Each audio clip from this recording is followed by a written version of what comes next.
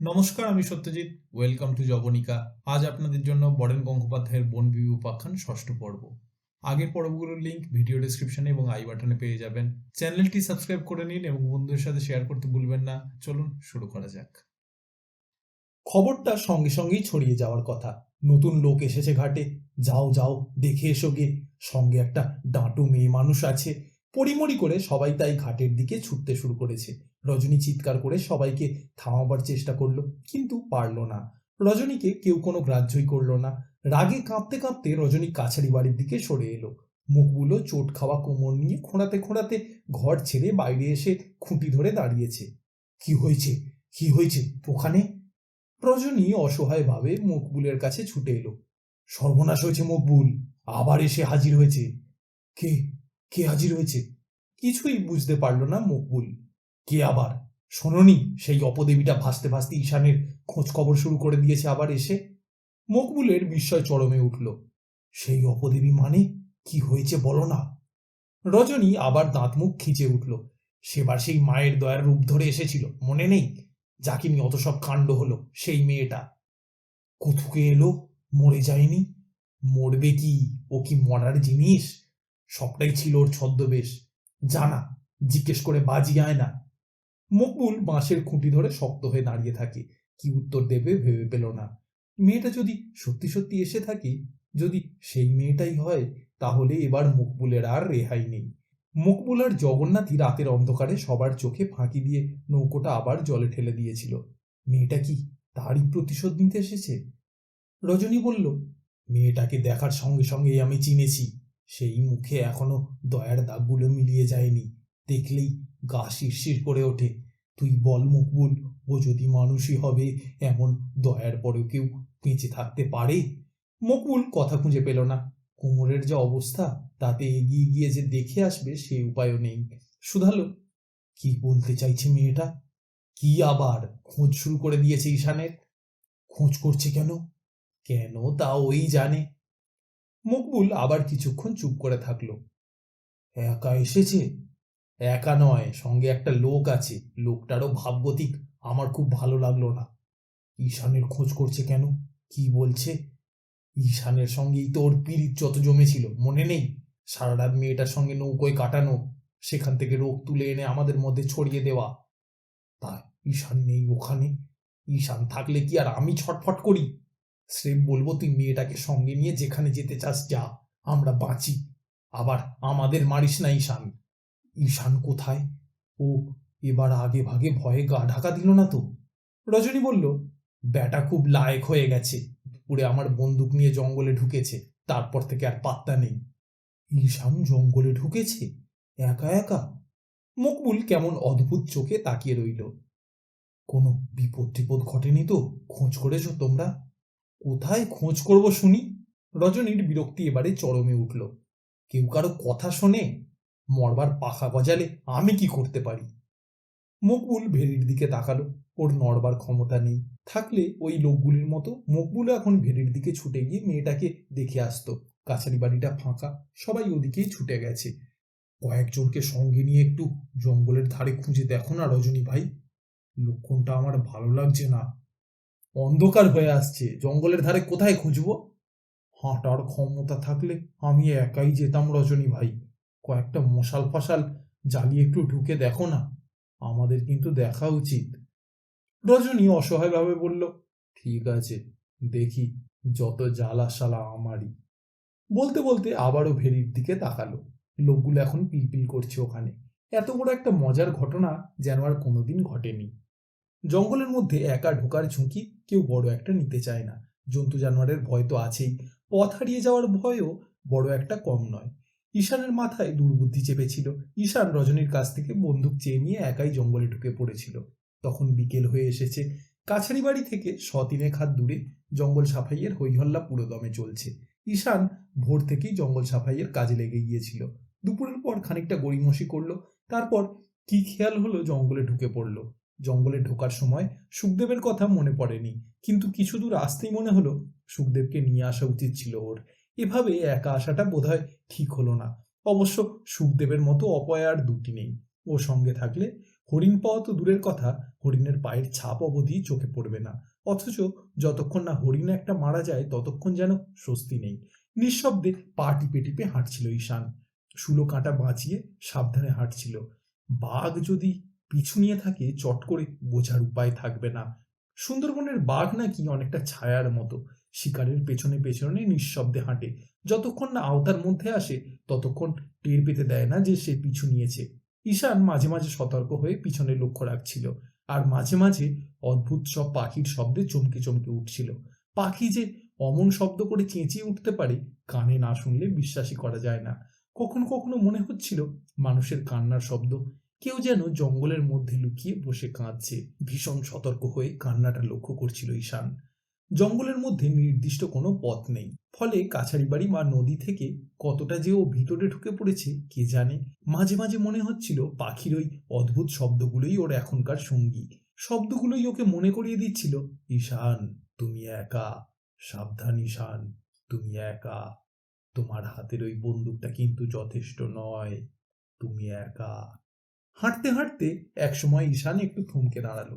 হঠাৎ ওর খেয়াল হলো ও আদিগন্ত ছড়ানো কেওড়া গাছের জঙ্গলের মধ্যে ঢুকে পড়েছে। একসঙ্গে এত কেওড়া গাছ ও এর আগে কখনো কোথাও দেখেনি। এত কেওড়া গাছ যেখানে, সেখানে কি হরিণ থাকবে না? নির্ঘাত হরিণ থাকবে এ জঙ্গলে। কিছুটা উত্তেজনা বোধ করছিল ঈশান। আকাশের দিকে তাকালো। গাছের পাতার ফাঁক দিয়ে নিস্তেজ সূর্যের দিকে তাকিয়ে বুঝতে পারলো এখনো ঘন্টাখানেক জঙ্গলের ভেতর কাটানো যায়। একটা গাছে উঠে বসলে কেমন হয়?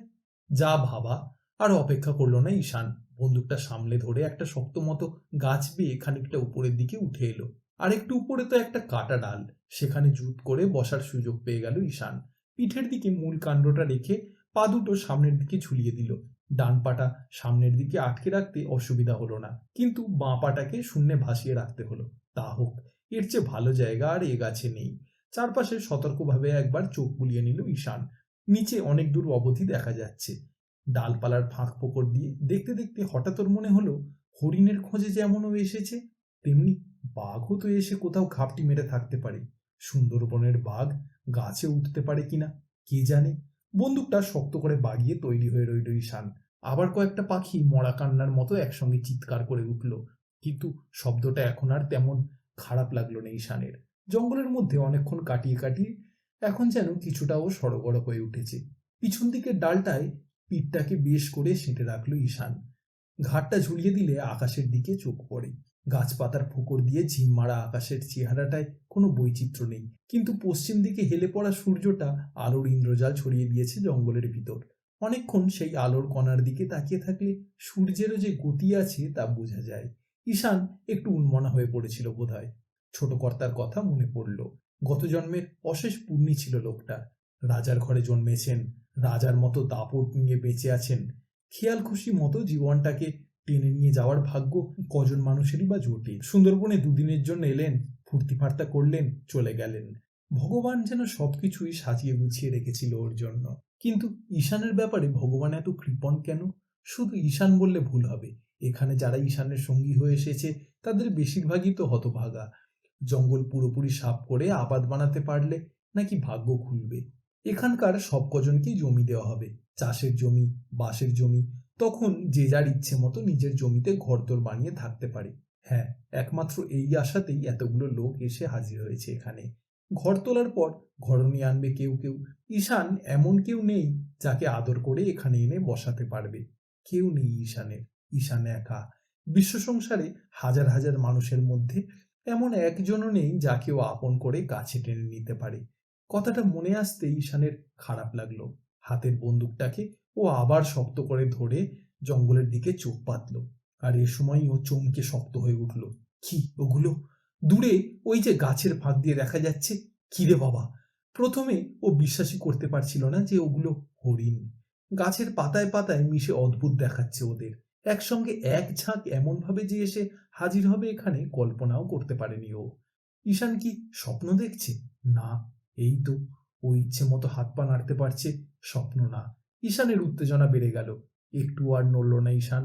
শব্দ পেলেই ওগুলো পালাবে। নিঃশব্দে বন্দুকের নলটাকে ঘুরিয়ে ঘুরিয়ে ও হরিণগুলোর দিকে তাক করলো। কিন্তু না, আর একটু না এগোলে গুলি ছোড়া উচিত হবে না।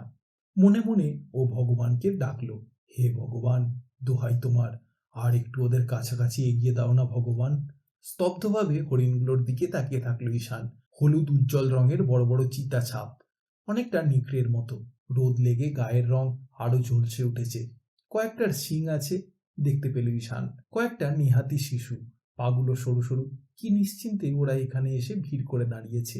অলস গা ভাসানো ভঙ্গি, মাটি শুকছে কেউ কেউ, কেউ আবার কচি সবুজ পাতায় মুখ ডুবিয়ে খিদে মেটাবার চেষ্টা করছে।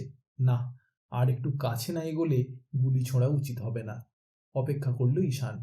হে ভগবান, আর একটু কাছে এগিয়ে দাও না ওদের, অন্তত ওই ঝোপটার পাশ থেকে একটু এপাশে সরিয়ে দাও না গো।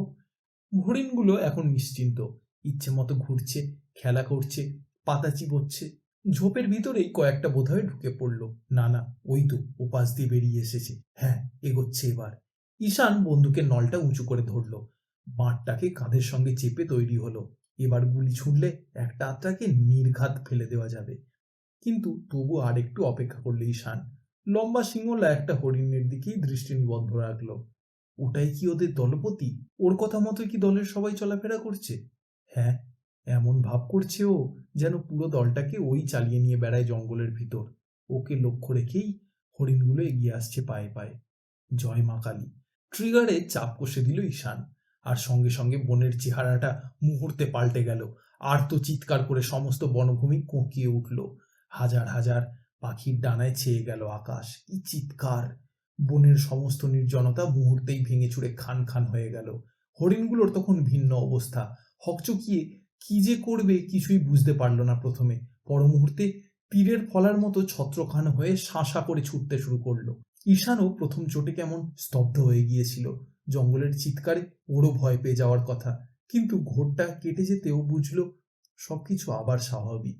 কিন্তু কই, একটা হরিণ যে নেই, সব ফাঁকা। তবে কি ফালতু গেল গুলিটা? না, হতেই পারে না। গুলির শব্দের সঙ্গে সঙ্গে একটা হরিণকে অন্তত লাফিয়ে উঠতে দেখেছিল। হরিণটা চোট না খেলে অমনভাবে লাফাবে কেন? আর সত্যি সত্যি যদি চোট পেয়ে থাকে, 2-10 হাত হয়তো এগোতে পারে, কিন্তু তারপর আর অপেক্ষা করা যায় না। তরতর করে গাছ থেকে নেমে পড়ল ঈশান। নেমেই শুলো ডিঙিয়ে ঝোপটার দিকে এগিয়ে এলো। কি আশ্চর্য, একটাও নেই। কেমন যেন বোকা হয়ে গেল ঈশান। এত করে হাতের মুঠোয় পেয়েও যে শেষ পর্যন্ত ফসকে যাবে ভাবাই যায় না। আর একটু এগিয়ে ঝোপের গায়ে গায়ে আসতেই ও চমকে উঠল। আরে, ওই তো, ওই ঝোপের মধ্যে ওই তো একটা ঢুকে পড়ার চেষ্টা করছে। লাফিয়ে লাফিয়ে ঝোপের কাছে এগিয়ে গেল ঈশান। হরিণটার আর পালাবার উপায় নেই। চোট খাওয়া পাটাকে ভাঁজ করে বসে পড়েছে। ঝোপের মধ্যে যে ঢুকবে সে ক্ষমতাও আর নেই। ঈশান দেখল নিহাতি বাচ্চা হরিণ। মাথা থেকে লেজ পর্যন্ত বড়জোর হাত 2 হতে পারে। চমৎকার চকচকে গা, কিন্তু চোখগুলো কেমন সজল, কেমন করুণ। ঈশান ওর গায়ে হাত রাখলো, কিন্তু সঙ্গে সঙ্গে হরিণটা আবার ছটফট করে উঠল। তবে রে শালা, আমার হাত থেকে পালাবি? হায়, আহ আহ আহ! ঈশান ওকে 2 হাতে চেপে ধরল। বাচ্চাই হোক আর বুড়োই হোক, হরিণ তো, মখমলের মতো গা। এই এই দাঁড়া, কোথায় গুলি লেগেছে আগে দেখে নি। হরিণের একটা পা উল্টে ওপাশ করে দিল, আর সঙ্গে সঙ্গে হরিণের পায়ের কাছে এক চাপ তাজা রক্ত ওর চোখে পড়ল। চারপাশে আরো খুঁজে দেখল, না, কেবল পায়েই জখম হয়েছে। ফেনার মতো রক্ত উপচে বেরুচ্ছে ওখান থেকে। হাতের চেটো বুলিয়ে রক্ত মুছে ফেলার চেষ্টা করলো ঈশান, কিন্তু আরো রক্ত। রক্ত মুছে মুছে ক্ষত জায়গাটা ভালো করে খুঁটিয়ে খুঁটিয়ে দেখলো। গুলির টুকরোটা কি ভিতরেই রয়ে গেল? বোঝা যাচ্ছে না। না, সামান্য একটু চামড়া যেভাবে ঝুলে রয়েছে, তাতে দেখে তো মনে হচ্ছে ভিতরে কিছু আছে। হয়তো যত্ন করলে ক্ষতটাকে সারিয়ে তোলা যাবে। হরিণটা যে প্রাণে বেঁচেছে, এই তো ঢের। রোমাঞ্চ বোধ করলো ঈশান। কি ভাগ্য, শেষ পর্যন্ত একটা জ্যান্ত হরিণ ওর হাতের মুঠোয় এসে গেছে। হুররে, কি মজা! হরিণটা এলো পাথারি পা ঝাপটাচ্ছিল। আহ আহ! ঈশান ওকে শান্ত করার চেষ্টা করলো, কিন্তু শান্ত হওয়া তো দূরের কথা, খোঁড়া পায়েই যেন ছুটে পালাবে। আহ! ঈশান ঝট করে হরিণটাকে কাঁধে তোলার চেষ্টা করলো। কাঁধে ফেলেই এখন ছুটতে হবে। জঙ্গলের ভিতরে আর সময় নষ্ট করা উচিত হচ্ছে না ওর। হরিণটাকে কাঁধে তোলার সঙ্গে সঙ্গেই পা দিয়ে ও ঘাড়ে আঁচড় বসিয়ে দিল জন্তুটা। আবার ওকে মাটিতে আছড়ে ফেলতে হলো। চিত হয়ে পড়ল হরিণটা। পাজোড়া লতা দিয়ে বেঁধে নেওয়ার কথা মনে এলো একসময়। ঝোপ থেকে এক মুঠো লতা টেনে নিয়ে ও হরিণের পা দুটোকে বেঁধে ফেলল। তারপর পিঠে হাত বুলিয়ে হরিণটাকে অভয় দেবার চেষ্টা করলো। আহ আহ চড়ছিস কেন? কথা দিচ্ছি তোকে প্রাণে মারবো না। না হয় যতকাল বাঁচিস আমার সঙ্গেই থাকবি। তোকে আমি আপনজনের মতো পালন করব, বুঝলি? তোকে আমি ভালোবাসবো, আমি তোকে আগলে আগলে রাখবো। দেখিস, কেউ তোকে কিচ্ছু করবে না। ঈশান ওকে দু হাতে জড়িয়ে ধরল। জানিস, এই পৃথিবীতে না আমার কেউ নেই, তোকে নিয়েই আমি থাকবো, কেমন? চল এবার আমরা ফিরে যাই। ঈশান বিড়বিড় করতে করতে হরিণটাকে আবার কাঁধে তুলে নিল। বন্দুকটাকে সুবিধে মতো বাড়িয়ে ধরে চারপাশে একবার দেখে নিল। না, সূর্যের আলো আর লেশ মাত্রও দেখা যাচ্ছে না। স্যাঁতস্যাঁতে জঙ্গলে হামাগুড়ি দিয়ে শীত এসে স্রোতের মতো ভাসতে শুরু করেছে। জমিয়ে শীত পড়বে আজ রাতে।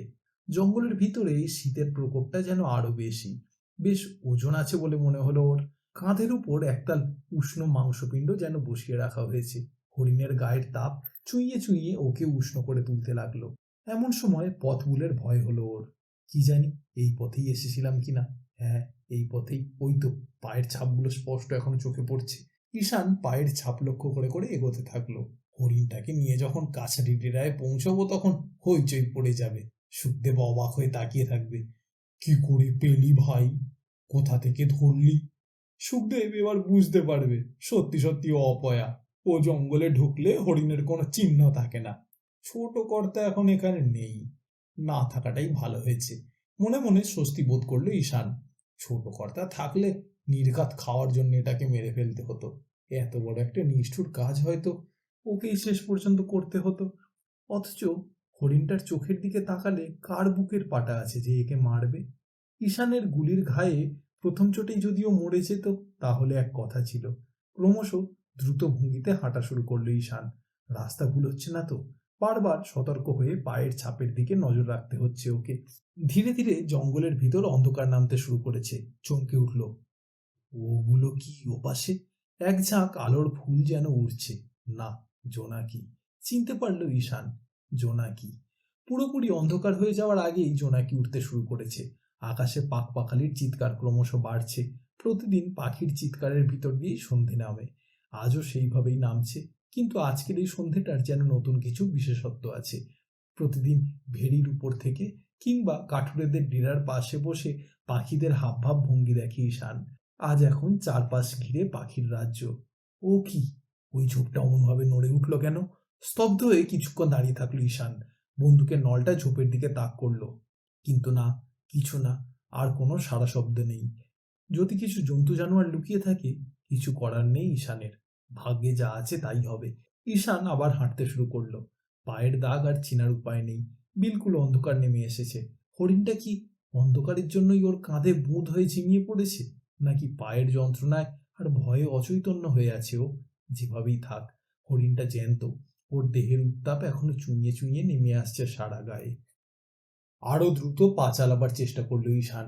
হরিণটাকে কাছারি বাড়ির উঠানে নিয়ে গিয়ে 10 জনের মধ্যে না ফেলা অবধি যেন ওর স্বস্তি নেই। হই হই পড়ে যাবে আজ কাঠুরেদের মধ্যে। ঈশান রসিয়ে রসিয়ে ঘটনাটা শোনাতে পারবে ওদের। সাহস আর বুদ্ধি থাকলে বাঘও ধরে আনা যায়। উত্তেজনা ক্রমশ প্রখর হয়ে উঠছিল। কতক্ষণ যে ঈশান হরিণ কাঁধে নিয়ে জঙ্গলের ভিতর হাঁটলো কে জানে। একসময় ও দূর থেকে কাছারি বাড়িটাকে দেখতে পেল। দেখতে পেয়েই ও ছুটতে ছুটতে এগিয়ে এলো। হাঁপিয়ে পড়ল ঈশান। কাছারি বাড়িটাকে ঘিরে কেমন একটা অবসাদ ছড়িয়ে আছে যেন আজ। প্রতিদিন এই সন্ধ্যায় এখানে যেমন শোরগোল চলে, আজ কেমন নিস্তব্ধ। কেমন যেন সন্দেহ হলো ঈশানের। কি ব্যাপার, গেল কোথায় সব? হরিণটাকে কাঁধ থেকে নামালো। আহ, ঝামেলা করিস না, দাঁড়া। এমন সময় মকবুলের দেখা পেল ঈশান। কি হয়েছে মকবুল ভাই? গেল কোথায় বাবুরা? মকবুল পাল্টা প্রশ্ন করল। এতক্ষণ কোথায় ছিলি শুনি? তোকে খুঁজতে আবার লোক ছুটেছে। ওটা কি? হরিণ, আমি পুষবো। ঈশান খুশিতে আটখানা। হরিণটা খোঁড়া পায়েই লাফাবার চেষ্টা করলো। ঈশান ওকে পা দিয়ে কাঁচি মেরে ধরে রাখলো। একা একা জঙ্গলে ঢুকে এই রাত পর্যন্ত কাটিয়ে এলি, মরবি শালা। একদিন বুঝতে পারবি মজাটা। কি হয়েছে বলো না, কাউকে দেখছি না। ওই ভেড়ির দিকে যা, সব দেখতে পাবি। কি হয়েছে ওখানে? ঘাটে আবার বনবিবির নাম এসেছে। মানে? গা হাত পা কেমন অবশ হয়ে এলো ঈশানের। বনবিবির নাও মানে? যা না, গেলেই দেখতে পাবি ঘাটে একটা ডিঙি এসেছে, আর ডিঙিতে নাকি সেই মেয়েটা। যা!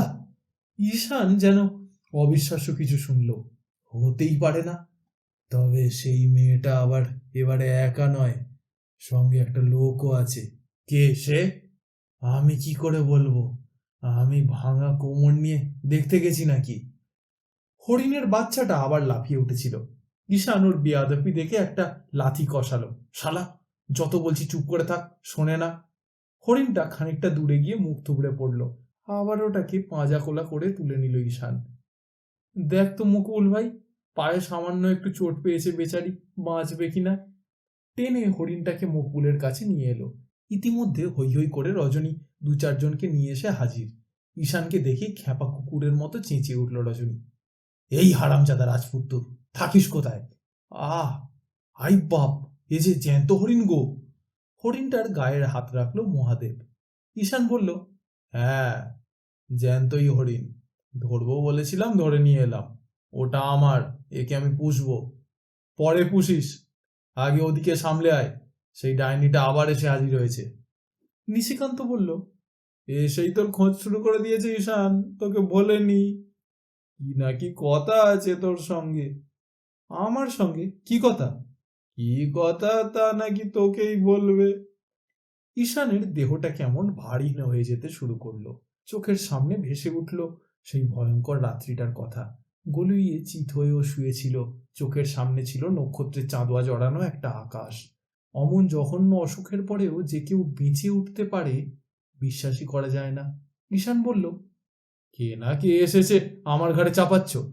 রজনী আদেশের ভঙ্গিতে বলল, বেজর বেজর না করে একবার ঘাটে জানা, দেখে আয়। তবে আগে ভাগিয়ে আমি বলে রাখছি, অত মাখামাখি করা চলবে না এবার। দয়ালবাবু যা সহ্য করেছিলেন, আমি কিন্তু সহ্য করব না, আগে থেকেই বলে রাখছি। আমরা এখানে কেউ মরতে আসেনি। হরিণটাকে নিশিকান্তর হাতে ছেড়ে দিল ঈশান। জখমি পাটা কি করা যায় দেখ না ভাই, একটু চুন হলুদ লাগিয়ে বেঁধে দিবি। আমি দেখছি, তুই যা। মকুল বলল, কি বলতে চাইছে ও? কেবল শুনেই চলে আসিস? বাড়তি ঝামেলা করা কিন্তু চলবে না। হ্যাঁ, একদম লাই দিবি না। কি অভিসন্ধি নিয়ে এসেছে কে জানে। ঈশান হরিণটাকে ছেড়ে দিয়ে ভেড়ির দিকে হাঁটা দিল। ভেড়ির দিকে তখনও কাঠুরেরা ভিড় করে দাঁড়িয়ে আছে। সবার চোখেই উত্তেজনা, সবার চোখে বিস্ময়। ঈশান লাফিয়ে এসে ভেড়ির ওপর উঠল। দেখলো সত্যি সত্যি একটা ছোট্ট ডিজেলে ডিঙি, নোঙর করা। অবিকল সেই নৌকোটা, কিন্তু মানুষজন কাউকেই দেখতে পেল না ও। তবে কি ছইয়ের ভিতর রয়েছে? ঈশান ভেড়িতে উঠতেই একটা শোরগোল উঠল। ঈশান এসেছে, ঈশান! একটা অপরিচিত মুখ এগিয়ে এলো ঈশানের কাছে। আপনি কি ঈশান? কিষান না, ঈশান। লোকটা ছইয়ের কাছে এগিয়ে গেল, ছইয়ের উদ্দেশ্যে মুখ করে ডাকলো, গৌরী, গৌরী। ছইয়ের ভিতর থেকে একটা নারী দেহ বেরিয়ে এলো। ঈশান দেখলো অপরূপা সুন্দরী একটা মহিলা। হ্যাঁ, এই মেয়েটাই তো। অন্ধকারে মুখের সেই গুটি চিহ্নগুলো চেনা গেল না। এখনো তাহলে বেঁচে আছে? কি আশ্চর্য! অপরিচিত লোকটা বলল, আপনাকে একবারটি দেখতে চায় ও, আর সেই জন্যই গৌরীকে নিয়ে আপনাদের এখানে আসতে হলো। ঈশান কথা খুঁজে পেল না। হ্যাঁ, এতকাল তো ঈশানও ওকে একটিবারের জন্য দেখতে চেয়েছিল। বিশ্বাসই করা যাচ্ছে না, সেই মেয়েটাই এখন ছইয়ের গায়ে হেলান দিয়ে দাঁড়িয়ে আছে। ওর নাম যে গৌরী, এই প্রথম জানতে পারল ঈশান। আসলে আকাশের চেহারাটাই আজ অন্যরকম। কখন কোন ফাঁকে যে আকাশে মেঘ জমতে শুরু করেছিল কেউ লক্ষ্য করেনি। দিনের বেলা খটখটে রোদ গেছে বলে কেউ কল্পনাও করতে পারেনি অন্ধকার হওয়ার সঙ্গে সঙ্গেই আকাশে মেঘ ছেয়ে যাবে। শীতকালে এরকম বড় একটা হয় না, কিন্তু আজ বিশেষ দিন। আজ ভূমিকম্প হলেও বলার কিছুই নেই। জলভরা বাতাসের একটু ঝাপটা গায়ে লাগতেই রজনী চমকে উঠল। আকাশের দিকে তাকালো, একটা নক্ষত্র দেখা যাচ্ছে না। চাঁদ ওঠেনি বলেই ওর সন্দেহ হলো, আর আকাশে মেঘের আগমনের কথা জলভরা বাতাসই জানিয়ে দিয়ে গেল। রাতে যদি সত্যি সত্যি বৃষ্টি নামে, দিকদারির আর সীমা থাকবে না। প্রথমত, তাড়াহুড়ো করে যে কাঠুরে ডেরা বানানো হয়েছে, সেগুলো ঝড়ে জলে কাদায় কতটা যে মজবুত এখনো তা পরীক্ষা হয়নি। দ্বিতীয়ত, সারা জঙ্গলেই প্যাচপ্যাচে কাদা, কাদার মাত্রা আরো বাড়বে। কাদা ঘাঁটতে ঘাঁটতে পায়ের আঙুলগুলো এবার থেকে ঘা হতে শুরু করবে। রজনী খুঁটিয়ে খুঁটিয়ে আকাশটাকে পরীক্ষা করলো। অন্ধকার ছাড়া আর কিছুই চেনা যায় না।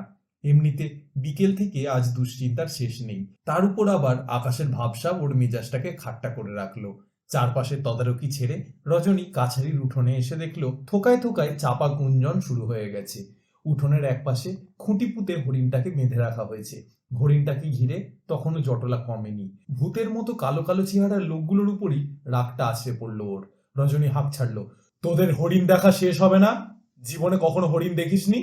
লোকগুলো মুখ ঘুরিয়ে রজনীকে একবার দেখলো। গলা আছে, চেঁচাচ্ছে। গ্রাহ্য করলো না কেউ। দুটো একটা কুপি জ্বলছে কুলি ডেরায়।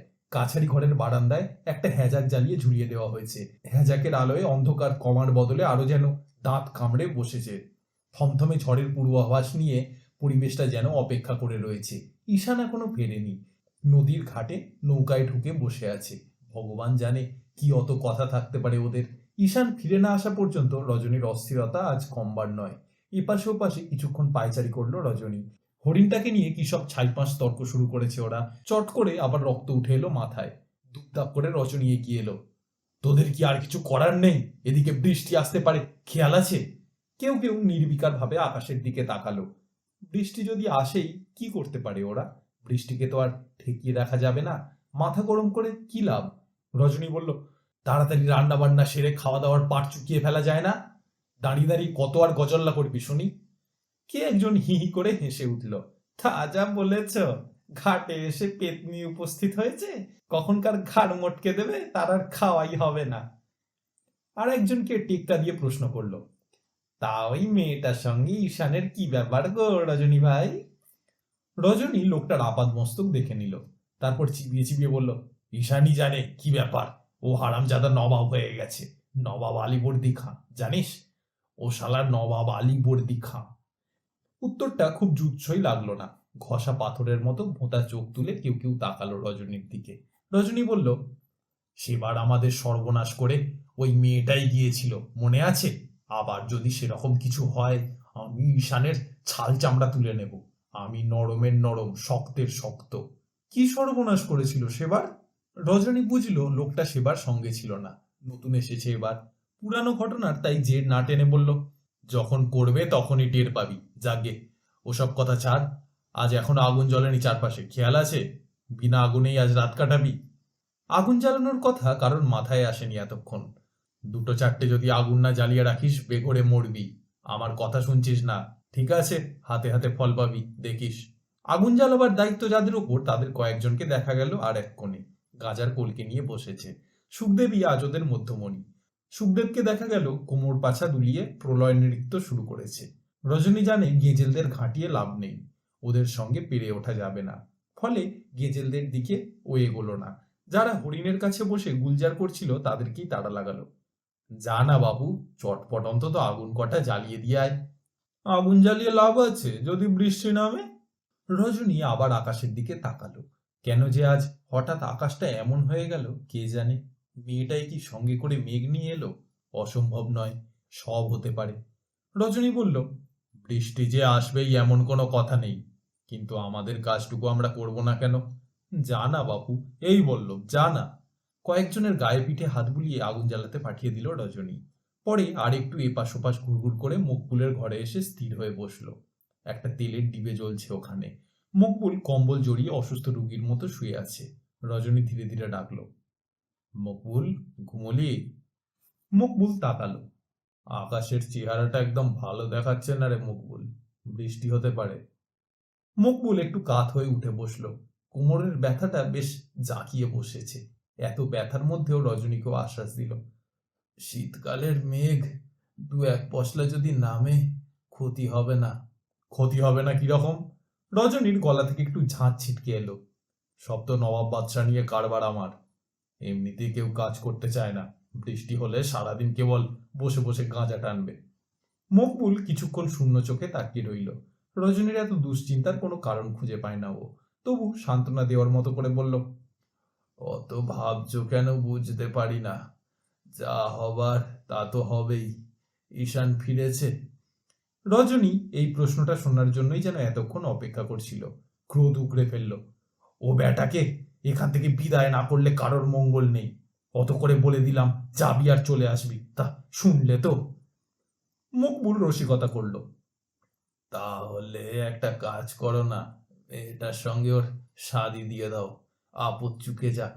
ও ব্যাটার এখন মেয়ে ছেলে দরকার। না না, ঠাট্টার সময় নয় রে মকবুল। চারদিক থেকে যে আবার একটা বিপদ ঘনিয়ে আসছে আমি তা বেশ বুঝতে পারছি। ফের যদি আগের বারের মতো এখান থেকে আমাদের পালাতে হয়, কি করে মুখ দেখাতে পারবো বলতো? মকবুল তাচ্ছিল্য দেখালো। না না, পালাবো কেন? ইচ্ছে হবে না, দেখে নিও। সেবার অন্য ব্যাপার ছিল। কি ব্যাপার? সেবার ওর মায়ের দয়া হয়েছিল, এবারও কিসের দয়া নিয়ে এসেছে কে জানে।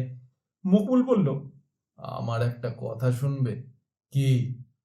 আমি বলি, এখানে যত মেয়ে ছেলে আসবে সবাইকে ধরে রাখো। মেয়ে ছেলে না থাকলে মনে ফুর্তি থাকে কারো? ঘুমিয়ে জেগে সারাক্ষণ কেবল ধ্যাবড়া ধ্যাবড়া পুরুষের মুখ। রজনী কিছুক্ষণ থমকে রইল, পরে গম্ভীর গলায় বলল, মেয়ে ছেলে আনলে সব বেটা জঙ্গলের কাজ ফেলে এঁটুলির মতো ওদের গায়ে লেগে থাকবে, সোনায় সোহাগা হবে তাহলে। তুমি যা ভাবছো তা সত্যি নয় গো রজনী ভাই। মেয়ে ছেলেদের সঙ্গে একটু ফুর্তি পার্টা করতে পারলে দেখবে 10 জনের কাজ একজন করছে। তার আগে ছোট কর্তার কাছে খবর পৌঁছে যাবে। ছোট কর্তা তার খরচ যোগাবেন কেন? টাকা তো আর খোলামকুচি নয়।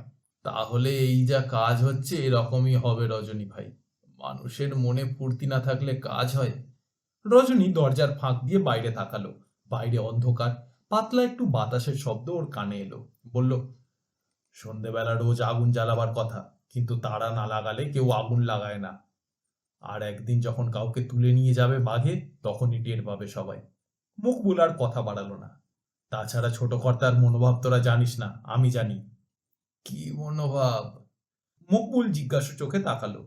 ছোট কর্তার ইচ্ছা সেই দয়াল ঘোষকেই আবার এখানে পাঠিয়ে আমাদের মাথার উপরে বসিয়ে দেন। দয়াল ঘোষ এলে কার ভালো হবে শুনি? এত স্বাধীনতা কে পাবে তখন? কেন দয়াল ঘোষকে পাঠাবেন কেন? বুঝিস না কেন? আমরা চলে আসার পর দয়াল ঘোষ তো আর চুপ করে বসে থাকার লোক নয়। ও নির্ঘাত ছোট কর্তার কানে মন্ত্র ঢালছে। মকবুল এসব কথা কখনো ভেবে দেখেনি। এখানে মাথার উপর রজনী থাকুক আর দয়াল ঘোষই থাকুক, ওর কিছু আসে যায় না। কিন্তু রজনীর যে এর জন্য এতটা উৎকণ্ঠা থাকতে পারে এটা ওর মাথায় আসেনি কোনোদিন। ফলে হাওয়া বুঝে ও বলল, উড়ে এসে আর এখানে জুড়ে বসতে পারবে না রজনী ভাই। মিছি মিছি তুমি ভাবনা করছো। তুই তো বলেই খালাস, এলে ঢাকাতে পারবি? আসবেই না। যদি আসে? ঠিক আছে, যদি আসে তখন তার ব্যবস্থা বুঝে শুনে করা যাবে। কি ব্যবস্থা? রজনীর মুখখানা কেমন ফ্যাকাশে দেখায়। মকবুলের মায়া হলো। বলে, আমার কাছে ওষুধ আছে, যদি দরকার হয় দেব। কি ওষুধ? মকবুল বলল, সেসব সময় মতো দেওয়া যাবে। আর দুশ্চিন্তা করো না দেখি। ঈশান এলো কিনা একবার খোঁজ নাও। বল না বাবু, কি ওষুধ, জেনে একটু নিশ্চিন্ত হয়ে যাই। মকবুল একটুক্ষণ থমকে থাকলো, পরে বলল, আমাদের মধ্যে রসিক লাল আছে, ওকে দিয়েই টুকটাক করাবো। এমন বান মারবো যে দয়াল ঘোষ মুখে রক্ত তুলে তুলে মারা যাবে। রজনী কিছুটা ঝিমিয়ে পড়ল। ধুত, ও ব্যাটার ঘটে কিছু নেই। বাঘবন্দি নিয়ে কি করলো দেখলি না? ওর মধ্যে কি আছে না আছে তা আমি এর মধ্যে টের পেয়ে গেছি রজনী ভাই। দেখো, সময় মতো ওকে ঠিক কাজে লাগাবো। পাশ ফিরতে গিয়ে মকবুল কোমরে হাত রাখলো। ওরে বাপ, হাড়গুলো বোধহয় গুঁড়োই হয়ে গেছে। রজনী বলল, মালিশ করিয়ে নে না, কাউকে ডাকবো? মকবুল হাসলো। না, দরকার হবে না। তুমি একটু নিশ্চিন্ত হও, তাহলেই সব হবে, ঠিক হয়ে যাবে। আরো কিছুক্ষণ বসে থাকলো রজনী, তারপর বলল, ঠিক আছে, তুই ঘুমো। তবে দরকারের সময় যেন সঙ্গে থাকিস মকবুল। বিদেশ বিভুঁইয়ে তুইও যা, আমিও তা, ভুলে যাস না যেন। মকবুল চোখ বুঝল। ঠিক আছে, এবার যাও। রজনী ঘর থেকে ধীরে ধীরে বেরিয়ে এলো। বাইরে ততক্ষণে 3-4টে কুণ্ডলিতে আগুন জ্বলতে শুরু করেছে। এপাশ ওপাশ খোঁজ নিয়ে জানলো ঈশান এখনো ফেরেনি। ঈশানটা যে আবার একটা বিপদ ডেকে আনতে চলেছে তাতে সন্দেহ নেই। রজনী অসহায়ভাবে তাকিয়ে থাকলো ভেটির দিকে। ঈশান ভেরি ডিঙিয়ে আরো নিচে গৌরীর নৌকায় ততক্ষণ উঠে বসেছে। গৌরীকে যে 2 চোখ ভরে আবারও কোনোদিন দেখতে পাবে কে ভেবেছিল? নিজের চোখকেই যেন বিশ্বাস করতে পারছে না। হ্যাঁ, ও অবিকল সেই চোখ, হুবহু সেই মুখ। তফাৎ কেবল সেদিন ওই চোখ দুটো ছিল সজল, যন্ত্রণায় কাতর। আর আজ কত উজ্জ্বল, কত খুশি খুশি দেখাচ্ছে গৌরীকে। এরকম একটা পরিবেশ ছেড়ে কাছারি বাড়ির দিকে ফিরে যাওয়ার কথা মনেই এলো না ওর। ঈশান আপনজনের মতো গুছিয়ে ওদের সঙ্গে নৌকায় গিয়ে গ্যাঁট হয়ে বসে পড়ল। কিন্তু গৌরীর সঙ্গে এই নতুন মানুষটা কে সেটা ঠিক ধরতে পারছে না ঈশান। কোথুকে যে এই লোকটা গৌরীর সঙ্গে জুড়ে বসেছে আর একটু পরিষ্কারভাবে না জানা পর্যন্ত ওর স্বস্তি নেই। অথচ খোলাখুলিভাবে গৌরীকে এ ব্যাপারে প্রশ্নও করা যাচ্ছে না। লোকটা এঁটুলির মতো সঙ্গে লেগে আছে গৌরীর। প্রথম থেকেই লোকটা এমন ভাব দেখাচ্ছে যেন গৌরীর ওপর ওর খোদকারি করার অধিকার আছে। চারপাশে এখন ঝিমঝিমে রাত। ছইয়ের ফাঁক দিয়ে দেখা যাচ্ছে নদীর জলে ফসফরাস জ্বলছে। সাপের মতো আঁকা বাঁকা ঢেউয়ে ভেঙে যাচ্ছে ফসফরাস। আগুনের টুকরোগুলো বুদবুদ হয়ে মিলিয়ে যাচ্ছে, আবার ঝকঝক করে জ্বলে উঠছে। এ এক অদ্ভুত খেলা নদীর। গৌরীকে দেখে দেখে আশ মিটছিল না ঈশানের। গৌরী রান্নার জোগাড় করে নিয়েছিল নৌকোতেই। ঈশানকে পেয়ে ওরও যেন খুশির অন্ত নেই। ঈশানকে নেমন্তন্ন করে বসলো গৌরী। আজ কিন্তু আমাদের এখানে খেয়ে যেতে হবে ঈশান ভাই। সামান্য নুন ভাত, তবে গরম গরম খাওয়া যাবে, এই যা। ঈশান এক কথাতেই রাজি। নুন ভাতই অমৃত। কাল বরং মাছ টাছ মেরে এনে গৌরীকে দেওয়া যাবে। উনুনে বাতাস করতে করতে চোখ মুখ লাল করে ফেলেছিল গৌরী। আঁচল দিয়ে চোখ মুছতে মুছতে মিষ্টি করে হাসল। সত্যি সত্যি তুমি আমার দাদার মতো। তোমার সঙ্গে আবার যে একদিন দেখা করতে পারবো স্বপ্নেও ভাবিনি। কি ভালো যে আজ লাগছে, কি বলবো তোমাকে। ঈশানের সারা গায়ে সুখের কাঁটা দিয়ে উঠল। নিজের কানকেই যেন বিশ্বাস করতে পারছে না। মেয়েটা অকৃতজ্ঞ হলে নির্ঘাত ওকে ভুলে যেত। ওর দুর্দিনে এমন কিছুই করতে পারেনি ঈশান। কোনো কিছু করাও সম্ভব ছিল না, তবু যে ভুলে যায়নি ওকে, এই তো যথেষ্ট। ঈশান উনানের দিকে তাকিয়ে থাকলো। কার মুখ দেখে যে আজ উঠেছিলাম। কি ভাবছো? গৌরী প্রশ্ন করলো। ঈশান চমকে উঠল। কই কিছু না তো, কিছু না। লক্ষণ একটু রসিকতা করার চেষ্টা করলো এ সময়। বাবুর বিয়ে থা হয়নি, এই বয়সে বিয়ে থা না হলে একটু উদাস উদাস ভাব থাকবেই। ঈশান কেমন ফ্যাকাশে হয়ে গেল। না না, সেরকম কিছু না। সেসব না মানে? আমি শিকারি বেড়ালের গোঁপ দেখেই চিনতে পেরেছি। মাইরি বলছি, সেসব কিছু না। এই জঙ্গলে সাপ বাঘের সঙ্গে বাস করে বিয়ে করার কথা ভাবাই যায় না। কবে আছি কবে নেই কে বলবে। উড়ে বাস, এ যে সন্ন্যাসীর মতো কথা বললে গো। হা হা করে হাসতে লাগলো লক্ষণ। বিশ্বাস হলো না তো? কয়েকদিন আগে আমাদের এখানে একজনকে বাঘে নিয়ে গেছে জানো। কদিন পরে লোকটাকে যখন খুঁজে বার করলাম তখন চেনাই যায় না। বাঘ তো আমাকেও নিয়ে যেতে পারতো। গৌরী উনুনের দিক থেকে চোখ ফেরালো। এই রাত করে বুঝি ওসব কথা বলতে আছে? বিশ্বাস করো, একটুও বানিয়ে বলছি না। এই নৌকা বোঝাই লোকের ভিতর থেকে টুক করে একজনকে ঠিক তুলে নিয়ে গিয়েছিল বাঘে। ফের ওই কথা? দোহাই ঈশানদা, খারাপ কথা আর একদম শুনতে ভালো লাগে না। এবার অন্য কথা বলো। লক্ষণ টিপ্পনি কাটলো। বাঘ কিন্তু মানুষ চেনে, সবাইকে ছোঁয় না। ঈশানের হাত পা কেমন নিষ্পিস করে উঠল। লোকটার চোয়াল জুড়ে একটা ঘুষি চালিয়ে দিলে যেন শান্তি হয়। বলল, রাতে দুবার একবার বাঘের ডাক শোনা গেলেই বোঝা যাবে হিম্মত কত। গৌরী মাটির হাঁড়ির ঢাকনা খুলল। ভাত উতলেছে কিনা দেখার জন্য হাতা ডোবালো। ঈশান আবার অন্য প্রশ্ন করলো। তোমাদের ঘোষ বনে বাঘ পড়ে না কখনো? লক্ষণ একটা বিড়ি ধরালো। আমাদের পাদ্রি পাড়ায় যদি বাঘ ঢুকে পড়ে আমরা তাকে খেরেস্টান বানিয়ে ছাড়বো। তা অবশ্য তোমরা পারো। গৌরী হাসতে হাসতে বলল, তোমরা যাকে ছোঁবে সেই শেষ পর্যন্ত খ্রিস্টান হয়ে ফিরে আসবে। কথাটার মধ্যে কিছু শ্লেষ মাখানো ছিল কিনা ধরা গেল না। লক্ষণ সঙ্গে সঙ্গে পাল্টা দিল, খ্রিস্টান তো আর খারাপ কিছু না। তুমি যে খ্রিস্টান হয়েছো এতে তোমারই লাভ হয়েছে নাকি ক্ষতি হয়েছে? বুঝতে পারি না। কেমন অসহায় ভঙ্গিতে তাকালো গৌরী। লক্ষণ থ হয়ে তাকিয়ে রইল। পাদ্রি পাড়া থেকে বেরিয়ে এসেই বলছো বুঝতে পারো না? অথচ ওই পাদ্রি পাড়ার জন্যই তোমার জীবন বেঁচেছে। এখনো বুকে যীশু খ্রিস্টের ক্রুশ আঁকা লকেটটা চকচক করছে। নিজের অজান্তেই বোধ হয় লকেটের উপর আঙুল উঠে এলো গৌরীর। কেমন একটু অন্যমনস্ক হয়ে পড়ল ও। লকেটটা বড়দিনের উপহার হিসেবে লক্ষণদাই ওকে দিয়েছে। লক্ষণ যেন আরো কিছু কথা শোনাতে পারলে খুশি হয়। বলল, ভাগ্যিস তুমি দুর্লভদার মতো মানুষের হাতে পড়েছিলে। ভাগ্যিস ভগবান যীশু তোমার উপর সদয় ছিলেন। নইলে কে তোমাকে বাঁচাতে পারতো বলো দেখি? দুর্লভদার মতো মানুষ হয় না, বিড়বিড় করে বলল গৌরী।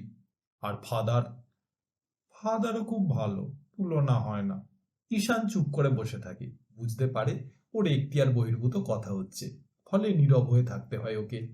লক্ষণ পরিস্থিতিটা সহজ করার জন্য বলল, ঠিক আছে, ঈশান ভাইকে একবার পাদ্রি পাড়া দেখিয়ে আনবো, তাহলেই হবে।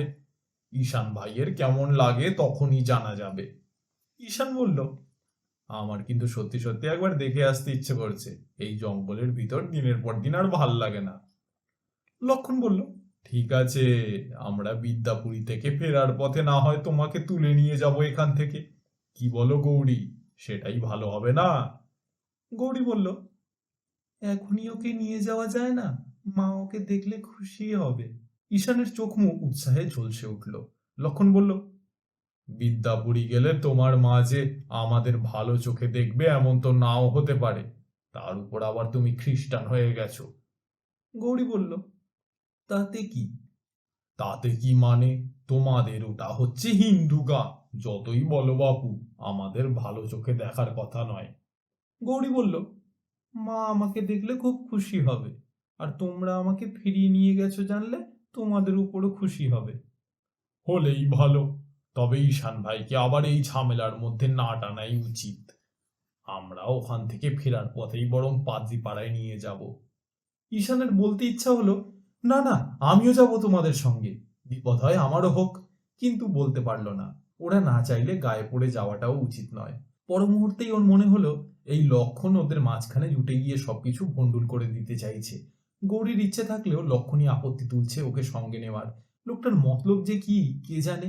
লক্ষণ বলল, আমরা কষ্ট পাই, ঝাঁটা লাথি খাই, কিছু আসে যায় না, কিন্তু ঈশান ভাইকে তার মধ্যে মিছিমিছি না জড়ানোই উচিত। গৌরী আর তর্ক করতে চাইল না। এই মাস দুই ও মা ছাড়া কি কুক্ষণেই যে ও বেরিয়ে পড়েছিল। মায়ের জন্য যে একদিন এমন করে ওর মন পুড়বে কে ভাবতে পেরেছিল তখন? মাও নিশ্চয়ই গৌরীর জন্য সারা রাত আকুল হয়ে কাঁদে। মাকে তো কোনোদিন দেখেনি এরা, চিনবে কি করে, বুঝবে কি করে মায়ের কথা? গৌরী বাড়ি ফেরায় গ্রামের লোকগুলো যদি ঝগড়া করতে আসে, গ্রামের লোকগুলো যে হিংসুটে, সত্যি সত্যি ওরা যদি টিকতে না দেয় ওকে, চলে আসবে গৌরী। চাই কি আবার পাদ্রি পাড়াতেই ফিরে যাবে। ফাদারকে গিয়ে সবকিছু খুলে বলবে গৌরী। কি হলো, চুপ করে গেলে যে? লক্ষণদা প্রশ্ন করল। গৌরী বলল, কি বলবো? বলবো মানে, আমি তোমাকে এখনো সবকিছু ভেবে দেখতে বলছি গৌরী। বিদ্যাপুরী গেলে কপালে কি আছে তা ভালো করে ভেবে দেখা দরকার। গৌরী বলল, আমরা পাদ্রি পাড়া ছেড়েছি বিদ্যাপুরী যাব বলে। তুমি যদি না যেতে চাও আমি ঈশানদাকেই বলবো আমাকে নিয়ে যেতে। লক্ষণ ঈশানের দিকে তাকালো। শোনো কথা, আমি কি যাব না বলেছি নাকি? আমি কেবল খারাপ দিকগুলো মনে করিয়ে দিলাম, যাকে ওসব কথা থাক। গৌরী বলল, আমার কাছে ভালো যা খারাপও তাই। ঈশান বলল, দরকার হয় আমি তোমাকে নিয়ে যেতে পারি গৌরী, আমার তো সারাক্ষণ বিপদ নিয়ে বেঁচে থাকা, আমার ক্ষতি হবে না। না না, তোমাকে আর কষ্ট করতে হবে না ঈশান ভাই। পাদ্রিপাড়া ছেড়ে যখন বেরিয়ে পড়েছি তখন আমিই যাব। পর মুহূর্তেই লক্ষণের মনে হলো এসব আলোচনা এখন না করাই ভালো। শত হোক ঈশান বাইরের লোক, দুজনের মধ্যে ঈশান এসে জুড়ে বসবে এটাও ঠিক উচিত নয়। হেসে প্রসঙ্গ ঘোরাবার জন্য বলল, আমরা বরং দু একদিন এখানে থেকে বিশ্রাম করে যেতে পারি, কি আপত্তি নেই তো ঈশান ভাই? ঈশান বলল, দুদিন কেন, যতদিন ইচ্ছা থাকো না, তোমাদের কোনো অসুবিধা হবে না। লক্ষণ বলল, তাছাড়া বিদ্যাপুরী যেতে হলে কোন দিক দিয়ে যেতে হবে সেটাও তো জানা নেই ভাই। বিদ্যাপুরী কোথায় কেউ জানে কিনা আগে খোঁজ নিয়ে দেখতে হবে। গৌরী বলল, এখান থেকে দিন তিনেকের পথ, আগেরবার 3 দিনের মধ্যেই এখানে এসে হাজির হয়েছিলাম। চেনা থাকলে 3 দিনে বিশ্ব ব্রহ্মাণ্ড ঘুরে আসা যায়, চেনা নেই বলেই তো যত ঝামেলা। পাদ্রিপাড়া থেকে খোঁজ খবর নিয়ে বেরোনো উচিত ছিল তোমাদের। আমাদের এখানকার কেউ এসব অঞ্চলের খুব একটা খোঁজ খবর রাখে না। গৌরীর চোখ দুটো কেমন ম্লান হয়ে এলো। পাদ্রিপাড়ায় খোঁজ নেওয়ার কোনো উপায় ছিল না ঈশানদা। আমরা কিভাবে বেরিয়েছি তা আমরাই জানি। কেন, আসতে দিচ্ছিল না বুঝি? সেসব কথা এখন থাক ঈশানদা। ভাত নেমে গেল, এবার খেয়ে নাও দেখি, কাল বরং তোমাকে সব বলবো। হঠাৎ জলের কুঁজোয় চোখ পড়তে গৌরী বলল, এই রে, জল তো প্রায় ফুরিয়ে এসেছে, কাল কিন্তু 1 কুঁজো জল দিতে হবে ঈশানদা। ঈশান একটা পাতা বিছিয়ে বসে পড়ল। নিশ্চয়ই দেব। আমাদের মিষ্টি জলের গড় আছে, ওখানেই কাল তোমরা স্নান টান ছেড়ে নিতে পারো। আমি যতক্ষণ আছি এই জায়গাটাকে নিজেদের মতো করে ভেবে নিও। লক্ষণ রসিকতা করার চেষ্টা করলো। তার মানে এখানে আমরা পাকাপোক্ত ঘর বাড়ি বানিয়ে বসতে পারি, কি বলো? গৌরীর এই প্রসঙ্গটা একেবারেই ভালো লাগছিল না, ফ্যাল করে তাকিয়ে থাকলো। ঈশান বলল, আপত্তি নেই, কিন্তু বুকের ভেতরটা ওর একটা কাঁটার মতো বিদ্ধে শুরু করলো। এই শালা লক্ষণ লোকটাকে যে কিভাবে জোগাড় করলো গৌরী কে জানে। ওরা কি স্বামী স্ত্রী?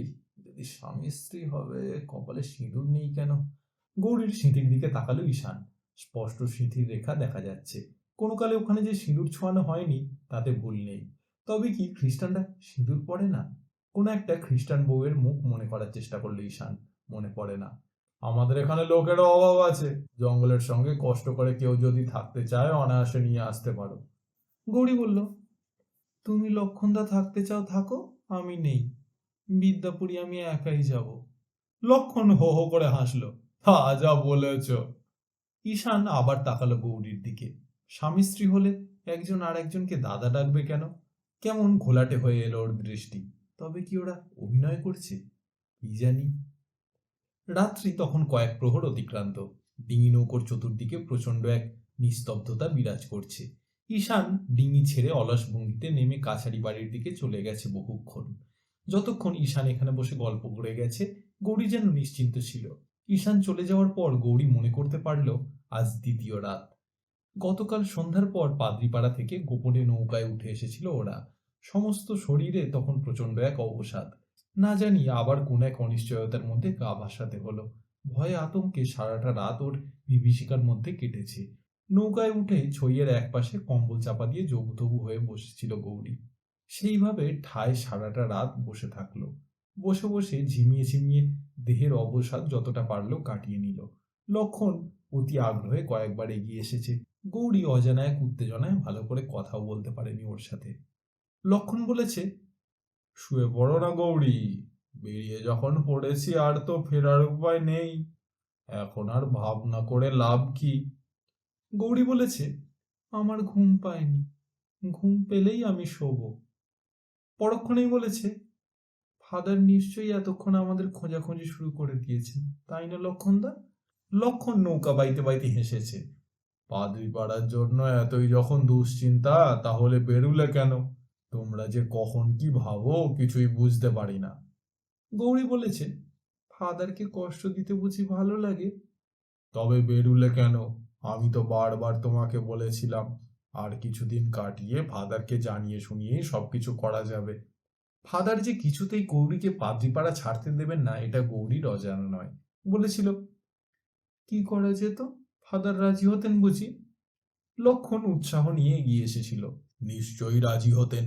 আমরা দুজনে গিয়ে যদি একসঙ্গে ফাদারকে বলতাম, ফাদার আমরা দুজন দুজনকে ভালোবাসি, নিশ্চয়ই উনি বাধা দিতেন না। গৌরীর কেমন বিরক্ত লাগছিল মনে মনে। এখন ভালোবাসাবাসির কথা কে ভাবছে?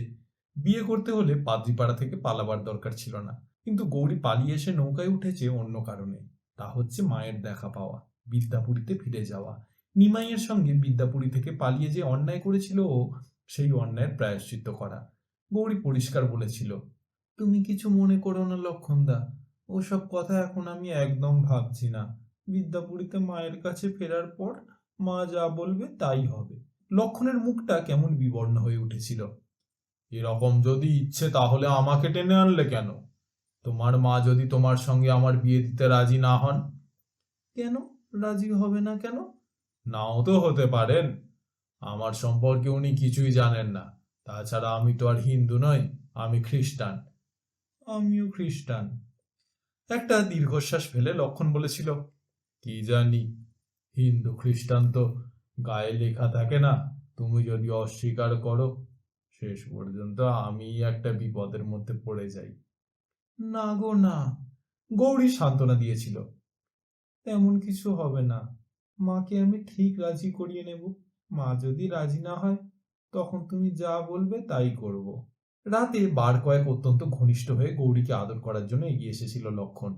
প্রতিবার ফুপিয়ে উঠেছিল গৌরী, না লক্ষণদা, তোমার পায়ে পড়ি। কেন? লক্ষণ ফুঁসে উঠেছিল মাঝে মাঝে। তার মানে তুমি আমাকে চাও না, আমাকে তুমি বিশ্বাসই করো না। অথচ বিদ্যাপুরী থেকে যখন পালিয়ে এসেছিলে সঙ্গে তোমার নিমাই ছিল, তুমি নিমাইয়ের সঙ্গে রাত কাটিয়েছো। হ্যাঁ, কাটিয়েছি। নিমাইদা আমাকে কলকাতা দেখাবার লোভ দেখিয়েছিল, কিন্তু নিমাইদা কখনো তোমার মতো এরকম করেনি। অসম্ভব, আমি বিশ্বাস করি না। তোমার পায়ে পড়ি লক্ষণদা, বিশ্বাস করো। নিমাইদা আমাকে বোনের মতো দেখতো। নিমাইদা আমাকে বলেছিল কালীঘাটে নিয়ে যাবে, সেখানে মন্দিরের কাছে দাঁড়িয়ে আমি যদি ইচ্ছে করি তবেই আমাদের বিয়ে হবে। কিন্তু একটা রাত না বেরোতেই আমার জ্বর হলো। জ্বরে আমি বেহুশ হয়ে পড়লাম। আমার সারা গায়ে গুটি বেরুলো। আমার যখন জ্ঞান ফিরলো তখন দেখি নিমাইদা আমাকে ছেড়ে চলে গেছে। আমি একা। মানুষকে আমি আর বিশ্বাস করি না লক্ষণদা। তার মানে তুমি আমাকেও বিশ্বাস করো না? গৌরী ভেজা গলায় বলেছিল। না লক্ষণদা, তোমাকে আমি অনেক বেশি চিনি। নিমাইদাকে আমি তেমন করে জানতাম না। কলকাতা থেকে হঠাৎ ও যখন এলো, ওর গল্প শুনতে শুনতে আমার যেন কেমন হয়ে গিয়েছিল। তখন ভাববার অবসর ছিল না নিমাইদা কতটা আসল আর কতটা নকল। আমি কিন্তু এরকম নই গৌরী, বিশ্বাস করো, তোমাকে ছাড়া আর আমি বাঁচতেই পারবো না। তোমাকে দেখার পর থেকেই জীবনটা আমার অন্যরকম হয়ে গেছে। গৌরী বলেছিল, লক্ষণদা, তোমাকে আমি কোনোদিন কষ্ট দেব না, শুধু আমাকে একবার বিদ্যাপুরী নিয়ে চলো। তোমার পায়ে পড়ি লক্ষণদা, একটা রাত আমাকে একা থাকতে দাও, তোমার পায়ে পড়ি। লক্ষণ আর বিরক্ত করেনি ওকে, শুধু বলেছে, তুমি ঘুমোচ্ছ না, তোমার শরীর খারাপ লাগবে। গৌরী সারা রাত ঠায় বসে কাটিয়েছে কাল। সারা রাত ছলছল জলের শব্দ, রাতে প্রচন্ড হিমের আক্রমণ চোখ জুড়ে এসেছিল মাঝে মাঝে। আচ্ছন্নের মতো রাতটা কেটে গেছে ওর। আজ ঈশান চলে যাওয়ার পর মনে হলো আবার একটা ভয়ানক রাত্রি। ছইয়ের ভিতর একটা লণ্ঠন জ্বলছে, অত্যন্ত স্তিমিত করে দেওয়া হয়েছে আলো। তেল ফুরিয়ে যাওয়ার ভয়ে লক্ষণ ওটাকে নিভিয়ে দিতে চেয়েছিল। গৌরী সাহস পায়নি আলো নেভাতে। আজও গৌরী ছইয়ের এক কোণে পা ছড়িয়ে সারা দেহে কম্বল জড়িয়ে বসল। সারাদিনের উত্তেজনা আর গতকালের রাত্রি জাগরণে শরীরে এখন প্রচন্ড ক্লান্তি। সামনেই লক্ষণ চিত হয়ে শুয়ে পড়েছে। অদ্ভুত চোখে গৌরীর দিকে তাকিয়ে আছে লক্ষণ। গৌরী দু হাঁটুর মধ্যে মাথা এলিয়ে দিল। লক্ষণ না ঘুমানো অবধি ওকে এভাবেই বসে কাটাতে হবে। লক্ষণের চোখ দুটো এখন অসম্ভব ধারালো। ওদিকে তাকাতে সাহস হলো না গৌরীর। স্তব্ধভাবে আরো বেশ কিছুক্ষণ কেটে গেল। লক্ষণ শব্দ করে পাশ ফিরল। তারপর কি খেয়াল হয় আবার উঠে বসলো। তাহলে সত্যি তুমি ঘুমোবে না? এভাবে বসে থাকতে কার ভালো লাগে? গৌরী উত্তর করলো না, যেন শুনতেই পায়নি, এমন ভাব করলো। কি হলো, সারা রাত এভাবে বসে কাটাবে? আমাকে যদি এতই ভয় তোমার, তো বেরুলে কেন? তুমি ঘুমাও না, আমার ঘুম এলেই আমি শুয়ে পড়বো। লক্ষণের গলায় বিরক্তি ঝরে পড়ল। ছেলে মানুষ করার একটা সীমা থাকা দরকার। তুমি এইভাবে বসে বসে কষ্ট পেলে আমি ঘুমাই কি করে? হঠাৎ একটা হাত গৌরীর দিকে এগিয়ে দিল লক্ষণ। বুকের ভিতর প্রচন্ড শব্দে একটা বাজ পড়ল যেন। হাতটাকে ঠেলে সরিয়ে দিল গৌরী। কি হলো? লক্ষণের চোখ দুটো যেন জ্বলছে। শুয়ে পড়বে কিনা? আবার হাতটাকে এগিয়ে দিল লক্ষণ। হাতটাকে আবারও ঝটকা দিয়ে সরিয়ে দিল গৌরী। বসতেও দেবে না দেখছি, তুমি শোও না। না, আমি শোবো না। লক্ষণ আরো ঘনিষ্ঠ হওয়ার চেষ্টা করলো। গৌরী নিজেকে আরো গুটিয়ে ধরল। তুমি মিথ্যে কথা বলেছো কেন? এবার আক্রমণ করলো গৌরী। মিথ্যে কথা কখন, কোথায়? কেমন একটু হকচকিয়ে গেল লক্ষণ। মিথ্যে কথা কখন বলেছি? বিদ্যাপুরী কোথায় তুমি জানো না, অথচ এই সত্যি কথাটা কেন বলনি আমাকে? কেন? উড়ে বাস, এই জন্য এত রাগ? বিদ্যাপুরী তোমায় পৌঁছে দিলেই তো হলো। তুমি বলেছিলে 2 দিনের মধ্যে আমাকে বিদ্যাপুরী পৌঁছে দেবে। 2 দিনের জায়গা না হয় 3 দিনে দেব। বিদ্যাপুরী ঠিক আমি চিনে নেবই আর তোমাকে পৌঁছে দেবই। বিদ্যাপুরী না পৌঁছানো অবধি তুমি আমাকে ছোঁবে না। আরো ছোট হয়ে বসার চেষ্টা করলো গৌরী। লক্ষণ পাথরের মূর্তির মতো তাকিয়ে রইল গৌরীর দিকে। তারপর বলল, বেশ, ছোঁবো না, আমি বরং বাইরে হিমের মধ্যে গিয়ে শুয়ে থাকি। গৌরী কোনো উত্তর করলো না। আসলে তুমি আমাকে বিশ্বাসই করতে পারছো না, অথচ যিশুর নামে তুমি প্রতিজ্ঞা করে বেরিয়েছো, মনে আছে? তোমাকে আমি হিমের মধ্যে যেতে বলিনি। এখানে আমার বসে থাকায় যদি অসুবিধা হয় আমি বরং বাইরে গিয়ে বসি। লক্ষণ হাত জোর করলো। ঠিক আছে, তুমি বসো, আমি আর তোমাকে বিরক্ত করবো না। বলতে বলতে লক্ষণ পাশ ফিরে শুয়ে পড়ল। নিঃসাড় হয়ে পড়ে থাকলো এবং ওইভাবেই বেশ কিছুক্ষণ কেটে গেল। ছইয়ের বাইরে থেকে প্রবাহমান নদীর জল শব্দ করে এসে যেন ঘুম পাড়ানির আমেজ রচনা করে চলেছে। গৌরী আলতো করে চোখ বুজে বসলো। বিন্দু বিন্দু আলোর উৎস, বিন্দু বিন্দু অসংখ্য আলোর বুদবুদ ওর চোখের সামনে ফুলঝুরির মতো উড়ে এসে সামনের জগৎটাকে যেন ঢেকে ফেলতে চাইছে। আর বসে থাকতে কষ্ট হলো ওর। তবু কিছুক্ষণ অপেক্ষা করলো গৌরী। তারপর ধীরে ধীরে দেহটাকে ভাঁজ করে কাঠের পাটাতনে নামিয়ে দিল। রাত্রি গভীর থেকে গভীরতর হতে শুরু করলো। ওদিকে বোধহয় একটু তন্দ্রা মতো এসে গেছিল ঈশানের। হঠাৎ চমকে উঠল। মাতাল সুখদেবটা কি পা ছুঁড়ে দিয়েছে ওর গায়ে? না, তা তো নয়। তাহলে আরো একটু সতর্কভাবে ও অপেক্ষা করলো। না, কিছু নয়। অন্ধকার স্যাঁতস্যাঁতে গোল পাতার ছাউনির দিকে তাকালো ঈশান। আজ সারাটি দিন কি উত্তেজনার ভিতর দিয়ে কেটে গেল। জীবনে যে আবার কখনো গৌরীর সঙ্গে ওর দেখা হতে পারে ভাবেনি ও। শুধু দেখা নয়, গৌরীর নৌকায় বসে খাওয়া দাওয়া অবধি। নৌকা থেকে যখন ঈশান ফিরল, হাজার রকম প্রশ্নের মুখোমুখি পড়তে হয়েছিল ওকে। ঈশান জানতো সবাই ওকে ছেঁকে ধরবে। প্রস্তুত হয়েই এসেছিল ও। গৌরীর হয়ে অনেক কথাও বলার চেষ্টা করলো। বলল, না জেনে শুনে একটা মানুষ সম্পর্কে অনেক কথাই রটানো যায়। আমি কিন্তু হলপ করে বলতে পারি গৌরী ওরকম নয়। রজনী ভাই তাহলে রাগ করছে কেন? রজনী ভাই কি তাহলে মিথ্যে বলছে? মিথ্যে ছাড়া কি? অসুখ বিসুখ কার না করে? অসুখ হলেই সে ডাইনি হয়ে যায় নাকি? এমন তো কোনো কথা নয়। কিন্তু সেবার তো ওর জন্যই। কথা শেষ করতে দিল না ঈশান।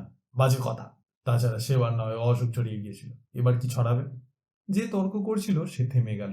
ঈশান বলল, তাছাড়া আমি তো এতক্ষণ ওর সঙ্গে গল্প করে বসে কাটিয়ে এলাম। ওর রান্না করা ভাতও খেয়ে এলাম। তোরাই দেখ না, কিছু যদি হয় তো আমারই হবে। এই কথা শোনার পর অনেকেই জটিল ধাঁধার মধ্যে পড়ে গেল। মেয়েটা খারাপ না ভালো সে প্রশ্নের বিচার করবে কে?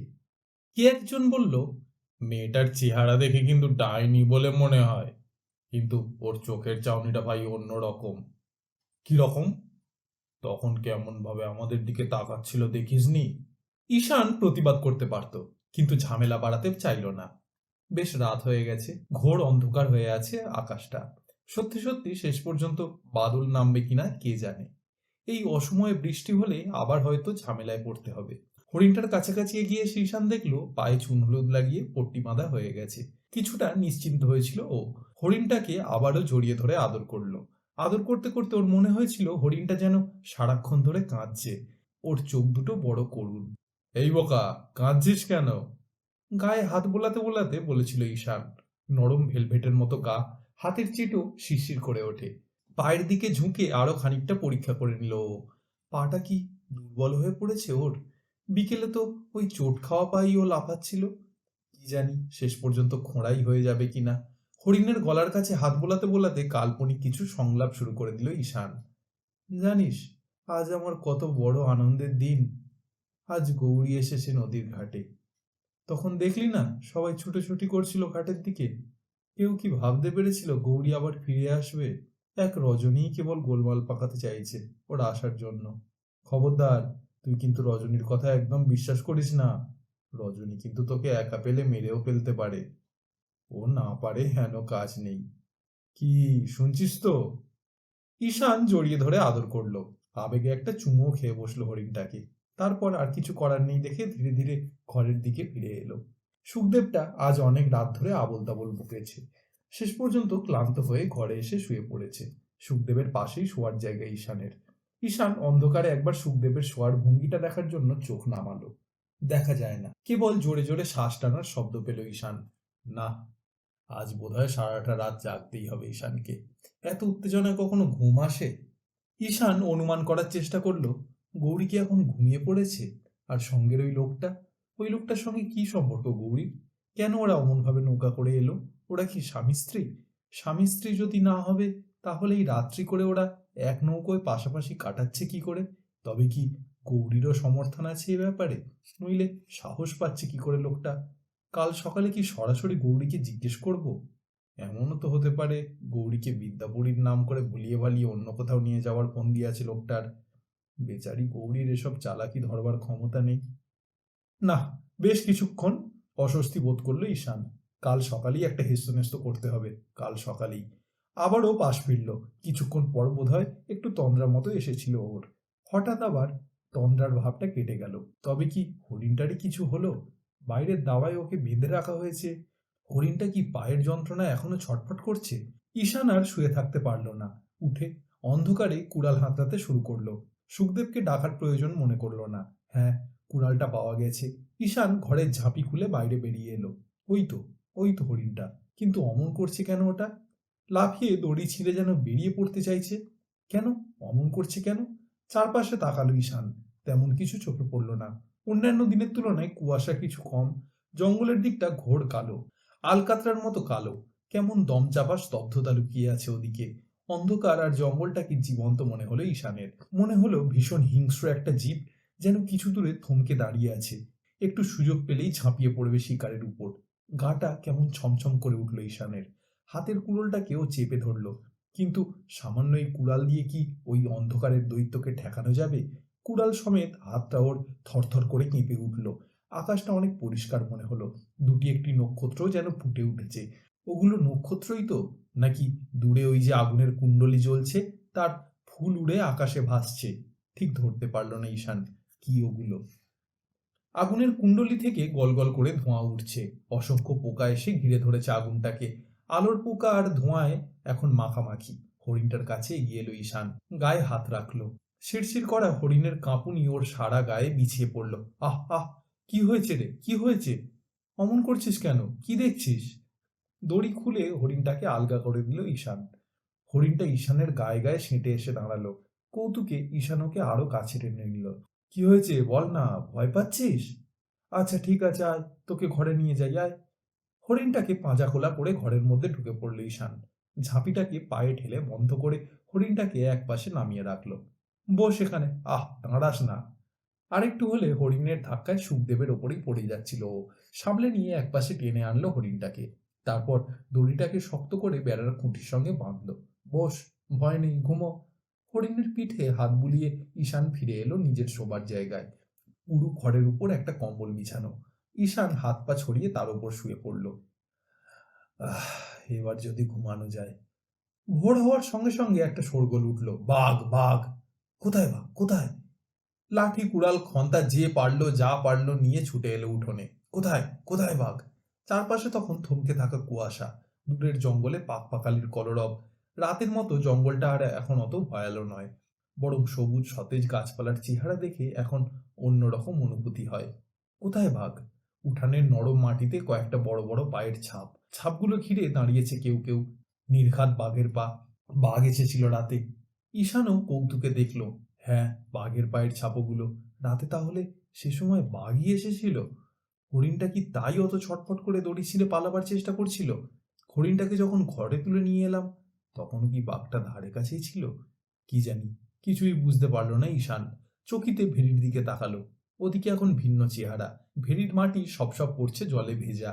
বৃষ্টি হয়নি, তবু রাতের কুয়াশাতেই ভিজে অমন হয়ে আছে মাটি। ও মাটির ওপর দিয়ে হাঁটলে পায়ের তলায় চাপ চাপ মাটির জলটা উঠে আসবে।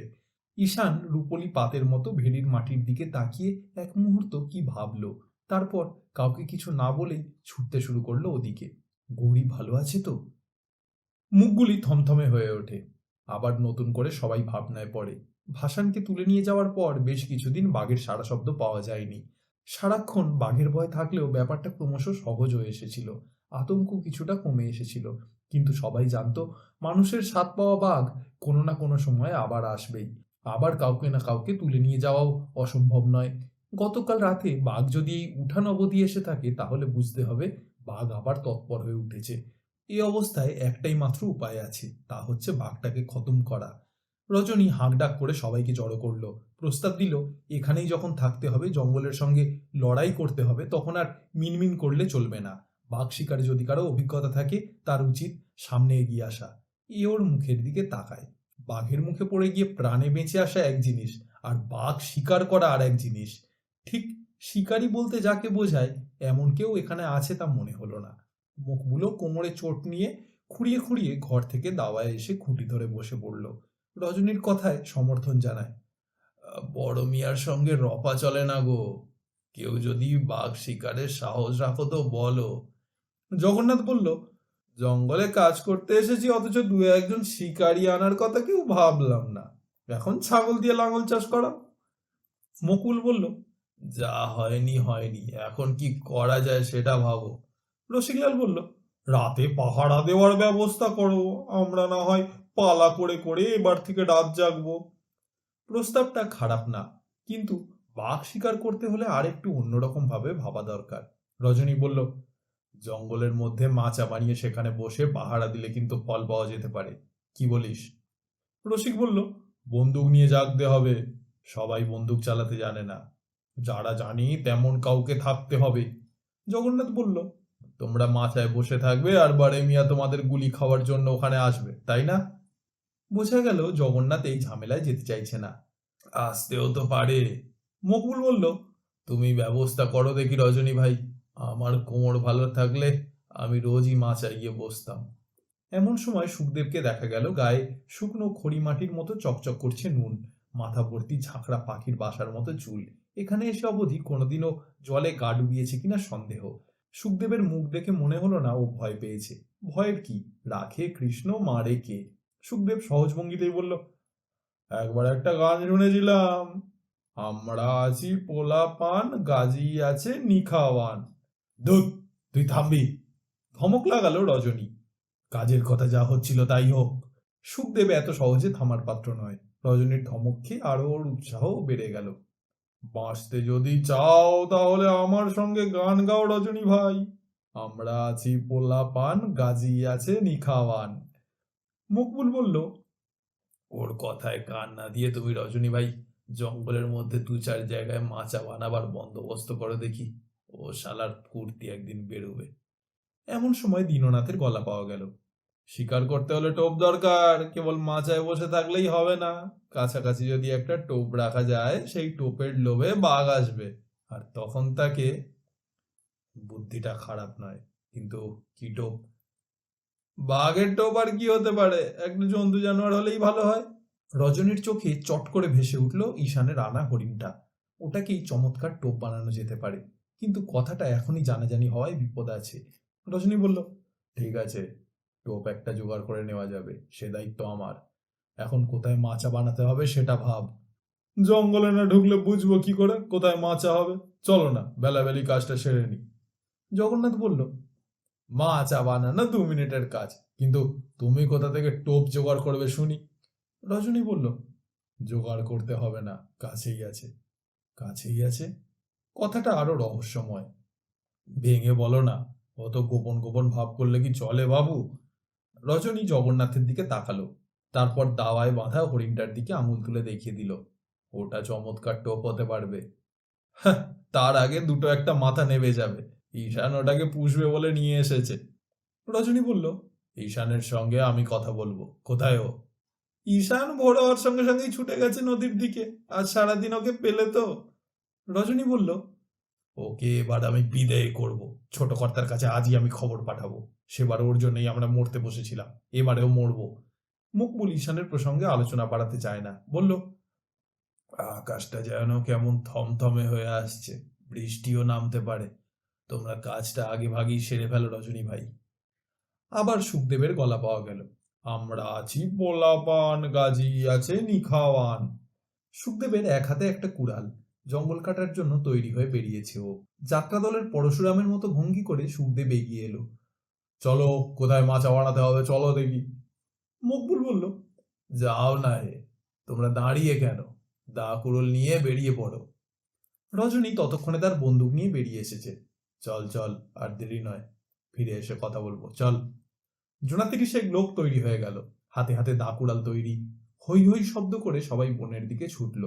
বাঘ তো বাঘ, বাঘের বাবাও আসার সাহস পাবে না এখন। 100-5 হাত দূরে জঙ্গলের দিকে এখন একটা সতেজ আভা। সারা রাত শিশিরে ধুয়ে মুছে গাছগাছালি এখন চমৎকার পরিচ্ছন্ন দেখাচ্ছে। তবু তো আজ রোদ ওঠেনি।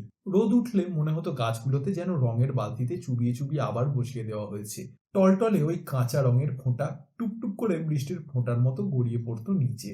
সবুজের আভায় জঙ্গলের মাটিও হয়ে উঠত সবুজ। প্রায় 25 হাত নির্মূল করা জঙ্গল এখন ফাঁকা মাঠের মতো। রজনী বোধ হয় আজ প্রথম লক্ষ্য করল এই জমিটুকুর উপর দিয়ে সরু সিঁথির মতো পায়ে চলা কয়েকটা রাস্তা হয়ে গেছে। বাকি অংশে গাছের গুঁড়ি আর আবর্জনার অন্ত নেই। গাছের গুঁড়িগুলো মাটি খুঁড়ে খুঁড়ে তুলে ফেলতে হবে। চাষবাস করার মতো জমি তৈরি করতে এখনো ঢের সময় লেগে যাবে ওদের। হৈ হৈ করে পুরো দলটা জঙ্গলের মধ্যে ঢুকে পড়ল। ভেজা নরম মাটি পায়ের সঙ্গে জড়িয়ে উঠে আসছে। ঝাঁকি দিয়ে পায়ের মাটি ঝাড়তে হচ্ছিল মাঝে মাঝে। জঙ্গলের মুখে এসে রজনী থমকে দাঁড়ালো। বুনো লতাপাতার গন্ধ এসে নাকে লাগছে। বাঁদিকে বড় বড় কয়েকটা ঝোপ অনেকখানি জায়গা জুড়ে রহস্যময় হয়ে আছে। ওই রকম ঝোপের দিকেই বেশি করে নজরটা রাখা দরকার। কে জানে ওরই মধ্যে বাঘটা এখন লুকিয়ে আছে কিনা। কিন্তু দুর্বলতা প্রকাশ না করে রজনী চেঁচিয়ে বলল, আগে ওই ঝোপগুলো উড়িয়ে দে দেখি। দু চারজন এলো পাথারি কাটারি চালাতে চালাতে ঝোপের মধ্যে ঢুকে পড়ল। বাকিরা এগিয়ে এলো ডান দিকে। যতদূর চোখ যায় সামনের দিকে নিরেট জঙ্গল, শক্ত মোটা মোটা কিছু তেজিয়ান গাছ। রজনী লক্ষ্য করলো বনের ভিতর ওরা ঢুকে পড়ার সঙ্গে সঙ্গেই বেশ কয়েক ঝাঁক পাখি লাফিয়ে উঠেছে। পাখিগুলো অমন চিৎকার করে লাফিয়ে ওঠার সঙ্গে সঙ্গেই যেন কেমন একটা অশুভ ইঙ্গিতের সাথে মেশানো রয়েছে। গাটা ছমছম করে উঠল রজনীর। আজ বড্ড বেশি গা ছমছম করছে ওর। এ কদিন একা একাই বনের ভিতর অনেক দূর অবধি চলে বেরিয়েছে ও, অথচ আজকের মতো এমন অনুভূতি ওর কোনোদিন হয়নি। মানুষ অনেক সময় রহস্যজনকভাবেই তার বিপদের কথা টের পেয়ে যায়। আজও কি সেরকম কিছু ঘটতে চলেছে? তবে কি বাঘটা সত্যি সত্যি ধারে কোথাও অপেক্ষা করছে? বাঘটা কি পালের গোদা হিসেবে রজনীকেই তাক করে অন্ধিসন্ধি খুঁজছে? এ অবস্থায় হাতের বন্দুকটা যেন কিছুই নয় বুঝতে অসুবিধা হয় না ওর। বাঘের মুখোমুখি যদি পড়েই যায় রজনী, গুলি ছোড়ার সময় পাবে তো? কি জানি আজ এমন হচ্ছে কেন। জগন্নাথ এমন সময় রজনীর পাশটিতে এসে দাঁড়ালো। বেশি ভিতরে না ঢুকে এখানেই কোনো একটা গাছে মাচা বানিয়ে ফেলা যাক, চলো। আকাশের চেহারা ভালো নয়। রজনী এক পলক আকাশের দিকে তাকালো। বেশ মেঘলা দেখাচ্ছে আকাশ। শীতকালেও এমন ঘটা করে মেঘ জমতে পারে, এই দৃশ্য বড় একটা দেখা যায় না। আজ সবকিছুই সৃষ্টি ছাড়া। দীননাথ এগিয়ে এলো। আর একটু ভিতরে ঢুকলে হয় না? খুঁটিয়ে খুঁটিয়ে গাছগুলো পরীক্ষা করতে করতে বলল, এটা বড় কাছাকাছি হয়ে যাচ্ছে। 2-3 দিনের মধ্যেই এ গাছগুলো কাটা শুরু হয়ে যাবে। তখন আবার আরো ভেতরে ঢুকে মাচা বানাতে হবে। রজনী বলল, তোরা যা ভালো মনে করিস তাই কর, আমার আর কিছুই বলার নেই। তুমি বড্ড ঘাবড়ে গেছো রজনী ভাই। জগন্নাথ বোঝাতে চেষ্টা করলো। অত ঘাবড়ে যাওয়ার কোনো মানে হয় না। রজনী বলল, ঘাবড়াবার যথেষ্ট কারণ আছে বলেই ঘাবড়াচ্ছি। একটা জিনিস তোরা লক্ষ্য করেছিস? কাল বিকেল থেকেই যত সব অঘটন করতে শুরু করেছে। সবাই তাকিয়ে থাকে। কেবল ওদিকে যারা ঝোপ পরিষ্কার করছিল তাদের লাফালাফি দেখে বোঝার উপায় নেই দুশ্চিন্তার কিছু ঘটেছে। কি অঘটন? বাঘের পায়ের ছাপের কথা বলছো? বাঘের পায়ের ছাপ তো আছেই। জঙ্গলে বাঘ আছে, তার পায়ের ছাপ যে কোনো সময় দেখা যেতে পারে, সেটা বড় কথা নয়। আসলে কাল বিকেলে যে ওই মেয়েটা ঘাটে ভিড়লো তখন থেকেই আমাদের ঝামেলা শুরু হয়ে গেছে। ওই মেয়েটাই আমাদের ঘাড়ে এক গাদা বিপদ চাপিয়ে দিয়ে চলে যাবে, দেখিস। ভয় খানিকটা সংক্রামক রোগের মতো। যারা শুনছিল তারা থমকে রইল। রজনী বলল, সেবার এই মেয়েটাই এসেছিল, আমাদের এখান থেকে উৎখাত করে দিয়ে তবে রেহাই নিয়েছিল। এবারও যে আমাদের অমঙ্গল করবে না বলি কি করে? কি খারাপ করতে পারে আমাদের? দেখতে পাচ্ছিস না, কাল থেকে আকাশটার চেহারাই পাল্টে গেছে। সকালেই বাঘের আনাগোনা শুরু হয়ে গেছে। এখন তো সবে শুরু, আরো কত কি হবে দেখতে পাবি। আমার কথা তো কেউ শোনে না। বুঝবে, সবাই বুঝবে। একটুক্ষণ থমকে থাকেন জগন্নাথ। মেয়েটার মুখ দেখে কিন্তু কিচ্ছুটি বোঝার উপায় নেই। মুখ দেখে সবসময় সবকিছু বোঝা যায় না। কিছু কিছু লোকই আছে ওরকম, ওদের নিঃশ্বাস গায়ে লাগলেই অমঙ্গল হয়। দীননাথ বলল, ওদের তাড়িয়ে দিলেই ঝামেলা যায়। দে না, ঈশান কেমন মারতে আসবে দেখিস। ও হারামজাদাই তো কতবার গোলমাল পাকিয়েছিল, এবারও। ঘুম থেকে উঠতে না উঠতেই ব্যাটা নৌকায় গিয়ে বসেছে। আমরা এদিকে বাঘের চিন্তায় অস্থির, ওর হুঁশ থাকলে তো। ঈশান কিন্তু অন্য কথা বলে। কি বলে? ও বলে তুমি নাকি মিছে মিছে একটা মেয়ের নামে কেবল বদনাম দিচ্ছ। রাগে রজনীর মাথায় আগুন জ্বলে ওঠে। হারামজাদাটাকে যদি আমি এখান থেকে না তাড়িয়েছি তাহলে আমার নাম পাল্টে রাখিস তোরা। ওর বাহাদুরি আমি বার করবই। নিশ্চিত আজই কলকাতায় যাবে। ওর হাতেই আমি ছোট কর্তার কাছে চিঠি পাঠাবো। হয় ঈশান এখানে থাকবে, নয় আমরা থাকবো। ওদিকে যারা ঝোপ পরিষ্কার করছিল তারাও এগিয়ে এসেছে ইতিমধ্যে। রজনী বলল, বশ করা জানিস? মেয়েটা ওকে বশ করেছে। রসিকলাল তো কিছুটা ঝাড়ফুঁক জানে, ওকে জিজ্ঞেস করিস, ওই তোদের বুঝিয়ে দেবে। লোকগুলো হাঁ করে দাঁড়িয়ে কথা গেলে রজনীর।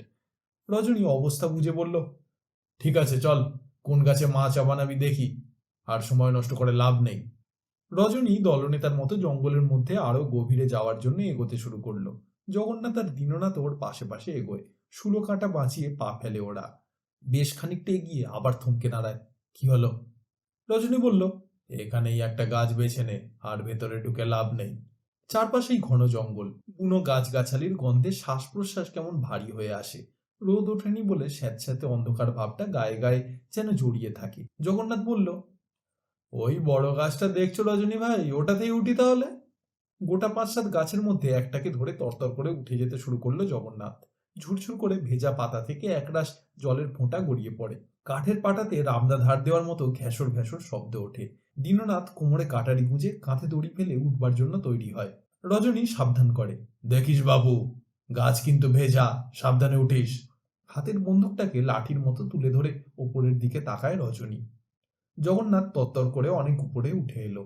উঠে নিচে একবার তাকিয়ে দেখলো, হ্যাঁ, এই জায়গাটাই ভালো। এখান থেকে নিচে অনেকখানি জায়গা দেখা যায়, আবার দূরের কাছারি বাড়িটাও একটু একটু নজরে আসে। ওপাশে ভেড়িটাকেও খানিক খানিক দেখা যাচ্ছে। অনেকটা ঠিক উল্টো তীরের মতো ভেড়িটা বাঁক নিয়েছে দেখতে পেল জগন্নাথ।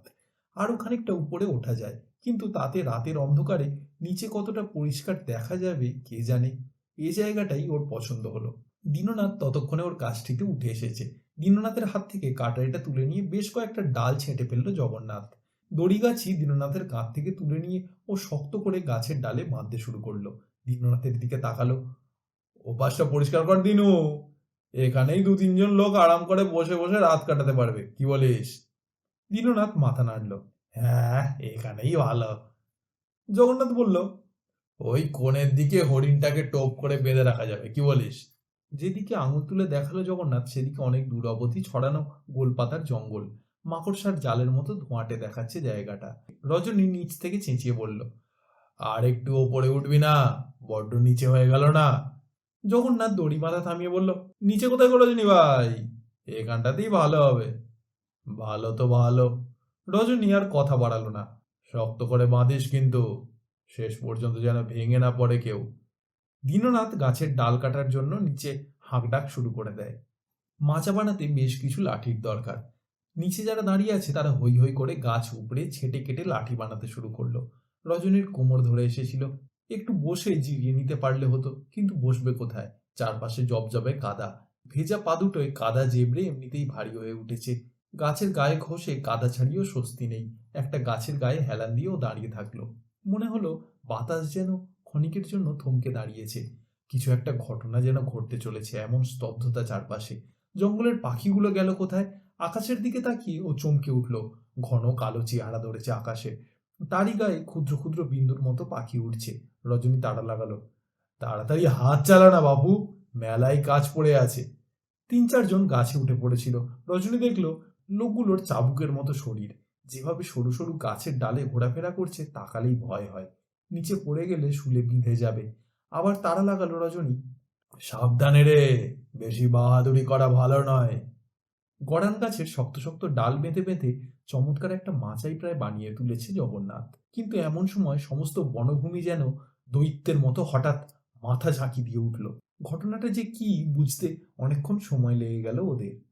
খই ফোটার মতো অসংখ্য শব্দ চারিদিকে, নিজের কানকে অবিশ্বাস করা যায় না। শব্দটা ক্রমশ যেন বাড়ছে। কি শব্দ রে বাবা! যারা গাছে উঠেছিল তাদের মধ্যে কয়েকজন তত্তর করে নেমে এলো। চারপাশে তাকিয়ে কিছুই ঠাউর করা গেল না। আতঙ্কে মুখ শুকিয়ে এলো সবার। ওদিকে বনের মুখোমুখি যারা জঙ্গল পরিষ্কারের কাজে নেমেছিল তাদের চিৎকার এ সময় কানে এলো রজনীর। কিন্তু কেন এমন হচ্ছে কেন? হাতের বন্দুক হাতেই রয়ে গেল রজনীর। ওপর দিকে তাকালো, জগন্নাথ গাছের ডাল ধরে ঝুলে পড়েছে, পা হড়কে গেছে বোধহয়। ওদিকে দীননাথের এক অদ্ভুত অবস্থা। শব্দটা ক্রমশই বাড়ছে। গাছের পাতায় পাতায় যেন সহস্র তালি বাজতে শুরু করেছে। সমস্ত বনভূমি যেন ফুঁসে উঠেছে ওদের দেখে। কি হলো, এসো, কত বড় হিম্মত দেখি তোমার! কই হে পালের গোধা, কোথায় গেলে? এসো না, হা হা হা হা। আরো অনেকক্ষণ পর রজনী অবস্থাটা বুঝতে পেরে ধরে প্রাণ ফিরে পেল। বুঝতে পারলো বৃষ্টি বৃষ্টি নেমেছে বনের মাথায়। গাছের ডালপালা ভেদ করে সেই বৃষ্টির ফোঁটা নিচে নেমে আসতে এতক্ষণ বুঝি সময় লাগলো। ফলে আর দাঁড়ানো নয়। জগন্নাথ নেমে পড়তেই রজনী বলল, পালা, এই ঠান্ডার মধ্যে ভিজলে আর রক্ষা থাকবে না। বনের ভিতর থেকে বেরিয়ে এসে সেই সিঁথির মতো রাস্তা ধরে ওরা ছুটতে শুরু করলো। বনের ভিতর থেকে বেরিয়ে এসে সিঁথির মতো রাস্তাটা ধরে ছুটতে শুরু করলো ওরা কাছারির দিকে। কাদায় পা পিছলে যাচ্ছে।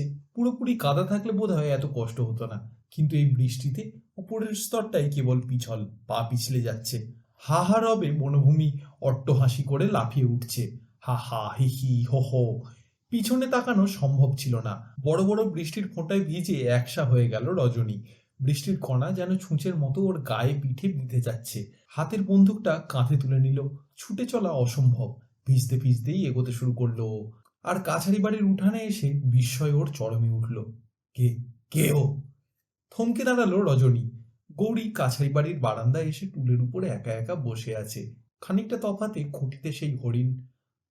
আশ্চর্য, মেয়েটা এখানে এলো কি করে? কে ওকে এখানে বসিয়ে রেখেছে? কে? কার এমন সাহস? বৃষ্টিতে দাঁড়িয়ে ভিজতে থাকলো রজনী। শীতকালের বৃষ্টি, অথচ প্রকোপ দেখে মনে হচ্ছে যেন বর্ষাকালকেও হার মানাবে। আকাশ চিরে পরপর দুবার বিদ্যুৎ ঝলসে গেল। অনেকক্ষণ পর বুক কাঁপিয়ে গুড়গুড় করে শব্দ বাড়ালো। কাঠুরেরা ছুটতে ছুটতে ডেরায় ঢুকে পড়েছে। রজনীও শেষ পর্যন্ত জলে ভিজে একসা হয়ে শীতে কাঁপতে কাঁপতে বারান্দায় এসে উঠল। গৌরীকে দেখার পর শীতের কাঁপুনি যেন আরো 10 গুণ বেড়ে গেছে ওর। ঘরে ঢুকে আগে গা মোছা দরকার, কাপড় পাল্টানো দরকার। ফলে গৌরীকে কিছু জিজ্ঞেস করার আগে উত্তেজনা কমাবার জন্য ও ঘরে ঢুকলো রজনী। দড়িতে টাঙানো গামছাটা হট করে টেনে নিয়ে গা মুছতে শুরু করলো। কাপড় পাল্টালো। কাঁপুনি থামাবার জন্য বিছানা থেকে শুকনো কম্বলটা টেনে নিয়ে গায়ে চাপালো। তারপর পা টিপে টিপে আবার দরজার কাছে এগিয়ে এলো। এই মেয়ে, শোনো তো। গৌরী উঠে দাঁড়ালো। এখানে এসেছো কেন? কি চাই? কি মতলব তোমার? গৌরী কেমন অসহায় ভাবে তাকালো। ঠোঁট দুটো একটু নড়ে উঠল বটে, তবে কোনো শব্দ বেরুলো না। ভঙ্গিটা খুঁটিয়ে খুঁটিয়ে লক্ষ্য করলো রজনী। এও এক ধরনের ছলাকলা কিনা কে জানে। প্রশ্ন করলো, কি নাম তোমার? গৌরী আড়ষ্টভাবে নাম বলল। তাই এখানে এসেছো কেন? কে আসতে বলেছে? গৌরী আবার থমকে গেল। মনে হলো ও যেন ক্ষমা চাওয়ার ভঙ্গি করছে। রজনী বেশ কিছুক্ষণ তাকিয়ে থাকলো। তারপর যা থাকে কপালে ভাব করে বলল, ঠিক আছে, ঘরে এসো। ঘরের মধ্যে ততক্ষণে রজনী সারা দেহে কম্বল জড়িয়ে বিছানায় বসে পড়েছে। গৌরী সামান্য একটু এগিয়ে এসে দরজার কাছে দাঁড়ালো। ওখানে নয়, ঘরে এসো। আদেশের ভঙ্গিতে ডাকলো রজনী। গৌরী চৌকাঠ পেরোলো, ঘরে ঢুকলো ভয়ে ভয়ে। ওই যে টুলটা দেখছো, ওখানে বসো, কথা আছে। গৌরী বেড়ার কাছে আড়ষ্ট হয়ে দাঁড়িয়ে রইল। কি হলো? কানে শোনো না নাকি? জানো আমি কে? গৌরী টুলের কাছে এগিয়ে এসে মাটিতেই বসে পড়ল এবার। আমি যা জানতে চাই সরাসরি তার উত্তর দাও। কে তোমাকে এখানে আনলো? আগে। গৌরী অসহায় ভাবে দরজা দিয়ে বাইরে তাকালো।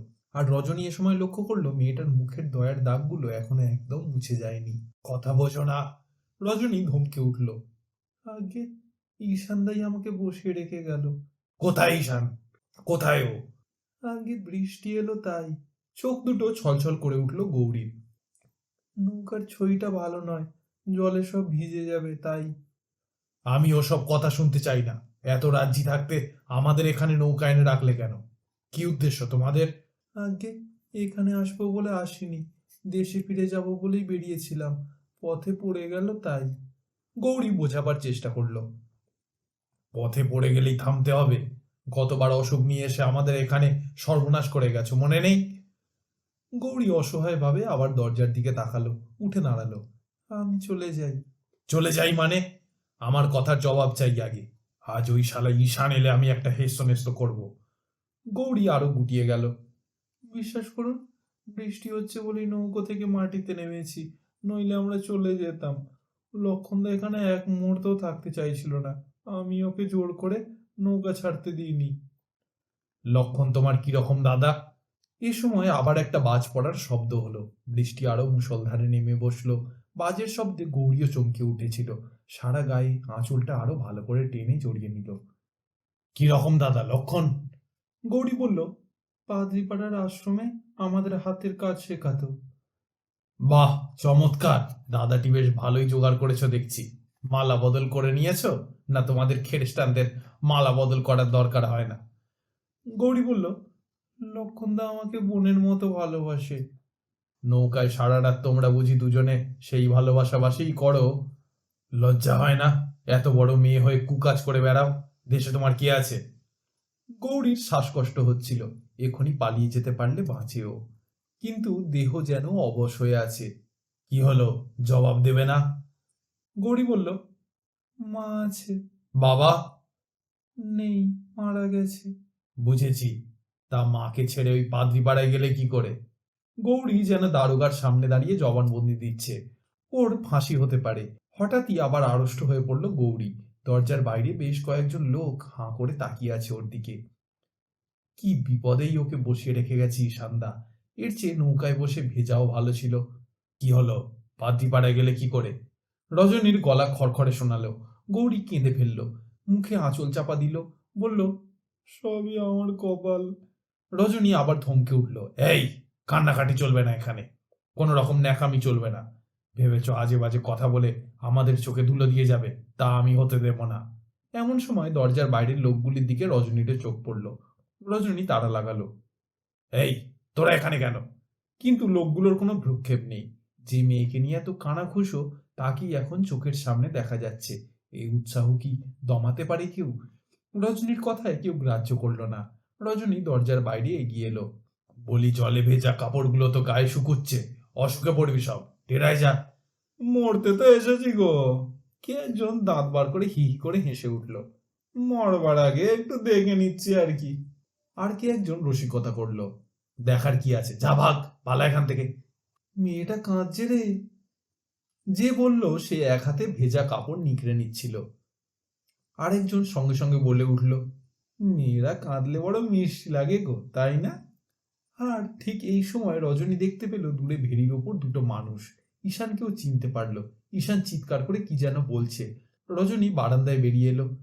কি বলছে, কি বলছে ঈশান? কেমন একটু হকচকিয়ে গেল রজনী। বৃষ্টির দাপট এখনো কমেনি। উঠোনে বৃষ্টির ফোঁটা ফুটকুড়ি কেটে কেটে লাফাচ্ছে।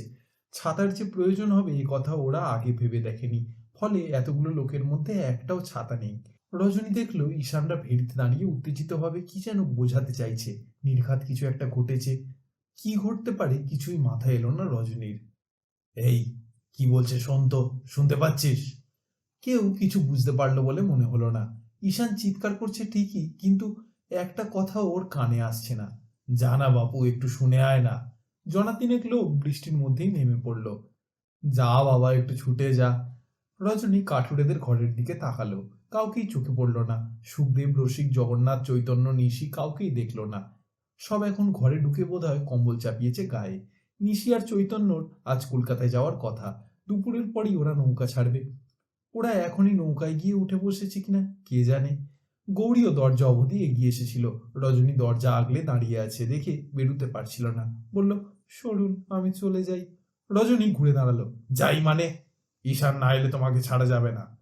গৌরী আর্তভাবে বলল, কিন্তু কি হয়েছে ওদের? কি হয়েছে ওখানে? কি আবার হবে? কিছুই না। ঈশানের চালাকি আমি এখনই বের করে দিচ্ছি, দেখো না। গৌরী অনুনয় শুরু করলো। ছাড়ুন না, আমরা চলে যাব, ছাড়ুন না। রজনী বলল, পালাবার চেষ্টা করলে ভালো হবে না বলে দিচ্ছি। যারা ভিজতে ভিজতে ভেড়ির দিকে গিয়েছিল তারা ভেড়ির উপরেই উঠে পড়েছে দেখতে পেল রজনী। কিন্তু ও কি, ওরাও যে ওখানে দাঁড়িয়ে চেঁচাতে শুরু করলো। রজনী এবার ব্যাপারটাকে উড়িয়ে দিতে পারলো না। নির্ঘাত কোনো বিপদ ঘটেছে, কিন্তু কি কি ঘটতে পারে? মকবুলের নাম ধরে চিৎকার করে উঠল রজনী। বারান্দায় যারা দাঁড়িয়েছিল তারাও এবার দল বেঁধে ভেড়ির দিকে ছুটতে শুরু করলো। হই হই চিৎকার শুরু হয়ে গেল চারপাশে। কাঠুরে ঘর থেকে দু একজন করে বেরিয়ে পড়লো। কি হয়েছে, কি হয়েছে? রজনী আঙুল তুলে দেখালো, দেখ, ওই দেখ। ভেড়ির দিকে দেখালো রজনী। তারপর উত্তেজনায় ঘরে ঢুকে প্রথমে বন্দুকটা হাতে তুলে নিল। গায়ের কম্বলটা ঝেড়ে ফেললো। গৌরীর দিকে তাকালো। গৌরী ভয়ে আতঙ্কে আবার টুলের পাশে এসে বসে পড়েছে। রজনী বন্দুক হাতে বেরিয়ে এলো বারান্দায়। দেখলো ঈশান ছুটতে ছুটতে আবার কাছারি বাড়ির দিকে এগিয়ে আসছে। একটু অপেক্ষা করলো রজনী। ঈশান এগিয়ে এলো। ভেড়ি ভেঙে গেছে রজনী ভাই। পশ্চিম মুখে ভেড়ির গায়ে বিরাট দুটো ঘোক, বক বক করে জল ঢুকছে ডাঙায়। শিগগির বেরিয়ে এসো। ভেড়ি ভেঙেছে? ভেড়ি ভেঙেছে মানে? আর দেরি করো না রজনী ভাই। নদীর জল যেভাবে ঢুকছে তাতে এই এলো বলে। কিন্তু এই বৃষ্টিতে আপনা আপনি ভেড়ি ভাঙার কথা নয়। রজনী প্রশ্ন করলো, কি করে ভাঙলো? কি করে ভাঙলো সেটা পরে দেখবে গো রজনী ভাই, আগে কোদাল ঝুড়ি নিয়ে বেরো দেখি। রজনী শুধালো, কোথায়, কত দূর? ঈশান চিৎকার করে কাঠুরে ডেরার দিকে হাঁক দিল, বেরো হে, কোদাল ঝুড়ি নিয়ে বেরো, ভেড়ি ভেঙেছে।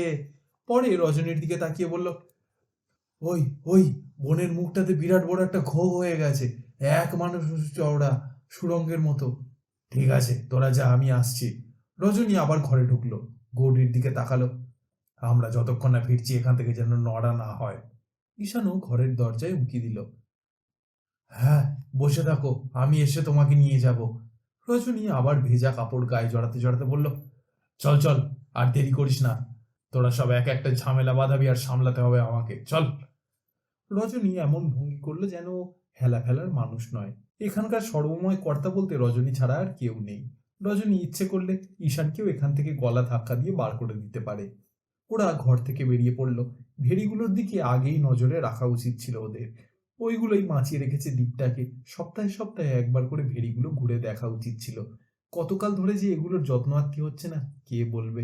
ভেড়ির কাছাকাছি আস্তে আস্তে রজনী লক্ষ্য করলো বৃষ্টি যেন একটু একটু করে কমতে শুরু করেছে। শীতকালের বৃষ্টি, এর চেয়ে বেশি হওয়ারও কথা নয়, কিন্তু আকাশের চেহারা পাতলা হতে আরো কিছুক্ষণ সময় লাগবে। তবু ভালো উল্টো পাল্টা বাতাস নেই। হাঁপাতে হাঁপাতে ভেড়ির কাছাকাছি এসে চক্ষু স্থির। নদী এখন জোয়ারে কানায় কানায়, আর একটু জল বাড়লে যেন এমনি ভেড়ি উপচে পড়বে। এই জলে ভেড়ি যে এখনো টিকে আছে এই তো ঢের। রজনী দেখলো হাত দশেক অবধি বিরাট একটা ধস নেমে ভেড়ি উধাও হয়ে গেছে বনের দিকে। প্রচন্ড স্রোতে জল ঢুকছে ওখান দিয়ে। এইভাবে জল ঢুকতে শুরু করলে নির্ঘাত বান ডাকবে। যেভাবেই হোক এখান থেকে এটাকে আটকানো দরকার। লোকজন প্রায় সবাই এসে হাজির হয়েছিল। কোদাল দিয়ে মাটি কেটে কেটে ভাঙনের মুখে ফেলার চেষ্টা শুরু করেছিল কেউ কেউ, কিন্তু জলের স্রোতের সঙ্গে সঙ্গে তা মিলিয়ে যাচ্ছিল। কে আটকাবে এই ঢল, কার সাধ্য? ঈশান কোমর জলে নেমে পড়ল। ওখান থেকে ও চেঁচাতে শুরু করলো, খুঁটি পুঁততে হবে রজনী ভাই, এভাবে হবে না। খুঁটি পুঁতে পুঁতে আগে বেড়া দিতে হবে, তারপর মাটি। জগন্নাথও মাটি কোপাতে শুরু করেছে। চেঁচিয়ে বলল, খুঁটিও থাকবে না, উপরে ভাসিয়ে নিয়ে যাবে। রজনীরই এখন বুদ্ধি দেওয়ার দায়িত্ব, কিন্তু কি যে করবে রজনী ভেবে পাচ্ছে না। জলের কি আক্রোশ! তবু ভাগ্যি হাত দশেকের মতো ভেঙেছে। এটা যে দেখতে দেখতে 50 হাত হয়ে যাবে না কে বলবে। আর তেমন কিছু ঘটলে এতগুলো লোক নিয়ে কিভাবে বাঁচবে রজনী? কাঠবোঝাই যে নৌকোটা আজ দুপুরেই কলকাতার পথে রওনা হওয়ার কথা, সেটাকে আগে আটকানো দরকার। বনবিবির পুজোর জন্য ছোট কর্তার সঙ্গে কথা বলতে হবে চৈতন্য আর নিশিকে, কিন্তু আপাতত বাঁধ ঠিক না হলে নৌকো যেন ছাড়া না হয়। রজনী ভেবে রাখলো তেমন বিপদ হলে ওই নৌকোতেই আশ্রয় নিতে হবে। রজনী চেঁচিয়ে উঠল, জঙ্গল থেকে খুঁটি কেটে নিয়ে আয়। ঈশান যেভাবে খুঁটি পুঁততে বলছে সেইভাবে আগে খুঁটি পুঁতে নে। বেটে চৈতন্য আর সুখদেবও জলে নেমে পড়েছিল। ওরা স্রোতের ধাক্কা বাঁচাতে বাঁচাতে ঈশানের কাছে এসে পড়ল। এভাবে জলের মধ্যে দাঁড়ানোটা কি উচিত হচ্ছে ওদের? জলের টানে এখানেও যে কুমির বা কামট এসে ঢুকে পড়েনি কে বলবে। রসিকলাল বাঁধের মুখে মাটির ঝুড়ি ফেলতে ফেলতে চেঁচিয়ে উঠল, এই ঈশান, জলে কেন, উঠে আয় না। ঈশানের এতক্ষণ পর যেন খেয়াল হলো সত্যি সত্যি জলে দাঁড়িয়ে কতটুকুই বা জল আটকাচ্ছে ও। যত না জল আটকাচ্ছে তার চেয়ে বেশি নিজের বিপদই ওর বেশি করে ডেকে আনছে। চৈতন্য আর সুখদেবকে তাড়া লাগালো ঈশান, খুঁটি কেটে আন না, তোরা নেমেছিস কেন? বলতে বলতে ঈশান স্রোতের ভিতর থেকে উঠে এলো চৈতন্য সুখদেবও। ওদিকে 15-20 জন একসঙ্গে মাটি কাটতে শুরু করেছে। দেখতে দেখতে মাটির ঝুড়ি বোঝাই হয়ে উঠে আসছে মাথায় মাথায়, কিন্তু ভাঙনের মুখে পড়তে না পড়তেই তার চন্দন গোলা হয়ে উবে যাচ্ছে। ঈশান ডাকলো, আয় খুঁটি আনি। বলেই কাটারি হাতে ছুটতে শুরু করলো জঙ্গলের দিকে। রজনীর কি উচিত আর 10 জনের মতো কোদাল ঝুড়ি নিয়ে ঝাঁপিয়ে পড়া? এ সময় দয়াল ঘোষ থাকলে কি করতেন? উনিও কি কোদাল চালাতে শুরু করতেন? দয়াল ঘোষ যাই করুন না, রজনী ভেবে দেখলো মাটি কাটার জন্য এগিয়ে যাওয়ার চেয়ে ওর উচিত লোকগুলোর পেছনে লেগে থাকা, উৎসাহ দেওয়া। ভাঙনের এক পাশে ভেড়ির উপর উঠে দাঁড়ালো রজনী। চেঁচাতে শুরু করলো, এই দিনু, এক পাশ থেকে মাটি ফেল, একদিকে সবাই, একদিকে সবাই, একদিকে। বেশ কিছু কড়ান ডাল নিয়ে হাজির হলো ঈশানেরা। সুখদেব বসে পড়লো ডালের গোড়াগুলো ছুঁচলো করার কাজে। রজনী বলল, খুঁটি পুঁতে মাথায় শাবল পেটাতে হবে, হাতখানেক করে খুঁটিগুলো মাটির মধ্যে ঢোকাতে হবে, মনে থাকে যেন। কেউ যে রজনীর কথায় খুব একটা আমল দিচ্ছে মনে হলো না। ওদিকে ভাঙনের মুখ থেকে হাত দশেক দূরে ঝুড়ির পর ঝুড়ি মাটি পড়ছে। যে যেখানে পারছে মাটি খুঁড়ে ঝুড়ি বোঝাই করছে, গর্ত করে ফেলছে, আর সঙ্গে সঙ্গে জলে গর্ত বোঝাই হয়ে যাচ্ছে। জল কি এখন গোটা দ্বীপময়ই ছড়িয়ে গেল? রজনী জঙ্গলের দিকে তাকালো। গাছের গোড়ায় গোড়ায় বাধা পেয়ে সাপের মতো জল ছুটছে। ওদিকে নদীর চেহারাও ভালো নয়। এখনো ঘন্টাখানেক নদীতে এরকম জোয়ার থাকবে। নদীর জলে টান না পড়লে আর রক্ষে নেই। তাড়াতাড়ি হাত চালা বাপু, বৃষ্টি থেমে গেছে, হাত চালা। আকাশে মেঘ কিছুটা কমেছে ঠিকই, কিন্তু আরো যে হবে না এমন কথা বলা যায় না। কেমন ধোঁয়ার মতো গুমোট হয়ে আছে চারপাশ। দিনের বেলাও কুয়াশা শুরু হলো কিনা কে জানে। হাত চালা, হাত চালা ভাই, হাত চালা। আরো বেশ কিছু খুঁটি চলে এলো। ঈশান আবার এক কোমর জলে নেমে পড়ল। একটার পর একটা খুঁটি পুঁতে দেওয়াল রচনা করা শুরু হয়ে গেল ওদের। এমন সময় আবার গৌরীর কথা মনে পড়ল রজনীর। মেয়েটার জন্য কি এসব হচ্ছে? ঘরের মধ্যে ওভাবে ওকে বসিয়ে রেখে এসে কি ভালো করলাম। সন্দেহে কেমন যেন বুকের ভেতর মোচড় দিয়ে ওঠে ওর। অথচ মেয়েটার চোখে মুখে কুলক্ষণ কিছুই দেখা গেল না। এতক্ষণ ওর সঙ্গে কথা বলে মনে হলো না মেয়েটাই সর্বনাশ নিয়ে ঘুরে বেড়াচ্ছে। কি জানি, অনেক কিছুই বুঝতে পারেন না রজনী। কে যে কখন কিভাবে কিসে যে ঘুরে বেড়াচ্ছে রজনীর মতো ক্ষুদ্র মানুষ সবসময় তো আর বুঝতে পারবে এমন কোনো কথা নেই। রজনী বুঝুক আর নাই বুঝুক, সংসারে এমন কিছু মানুষ আছে যাদের নিঃশ্বাসের শব্দ পেলেই কাক পালায়, যাদের হাতের ছোঁয়া পেলে গাছের পাতাও ঢলে পড়ে, যাদের চোখের দৃষ্টিতে গৃহস্থের অমঙ্গল হবেই। তবে কি এই মেয়েটাই আজ এমন সব দুর্যোগের মূলে? ওর জন্য কি এসব শুরু হলো? আচ্ছা, ওর সঙ্গে যে লোকটা এসেছিল সেই বা কোথায়? চারপাশে তন্ন তন্ন করে খুঁজে নিল রজনী। না, কোথাও সেই লোকটাকে ওর চোখে পড়ল না। জলের মধ্যে লাফিয়ে লাফিয়ে খুঁটি পোঁতায় সত্যি সত্যি কিছুটা কাজ হচ্ছিল। খুঁটির গা দিয়ে এখন ঝপাঝপ মাটি ঢালা হচ্ছে। ভাঙা ভেড়ি থেকে 10-15 হাত দূরে মাটির দেয়াল গড়ার চেষ্টা হচ্ছে। ঘন্টা দুয়েক এভাবে মাটি ফেলতে পারলেই যে কেল্লা ফতে তাতে সন্দেহ নেই। ততক্ষণে ভাঁটা নামলে নদীর জলও বেশ কিছুটা নেমে যাবে।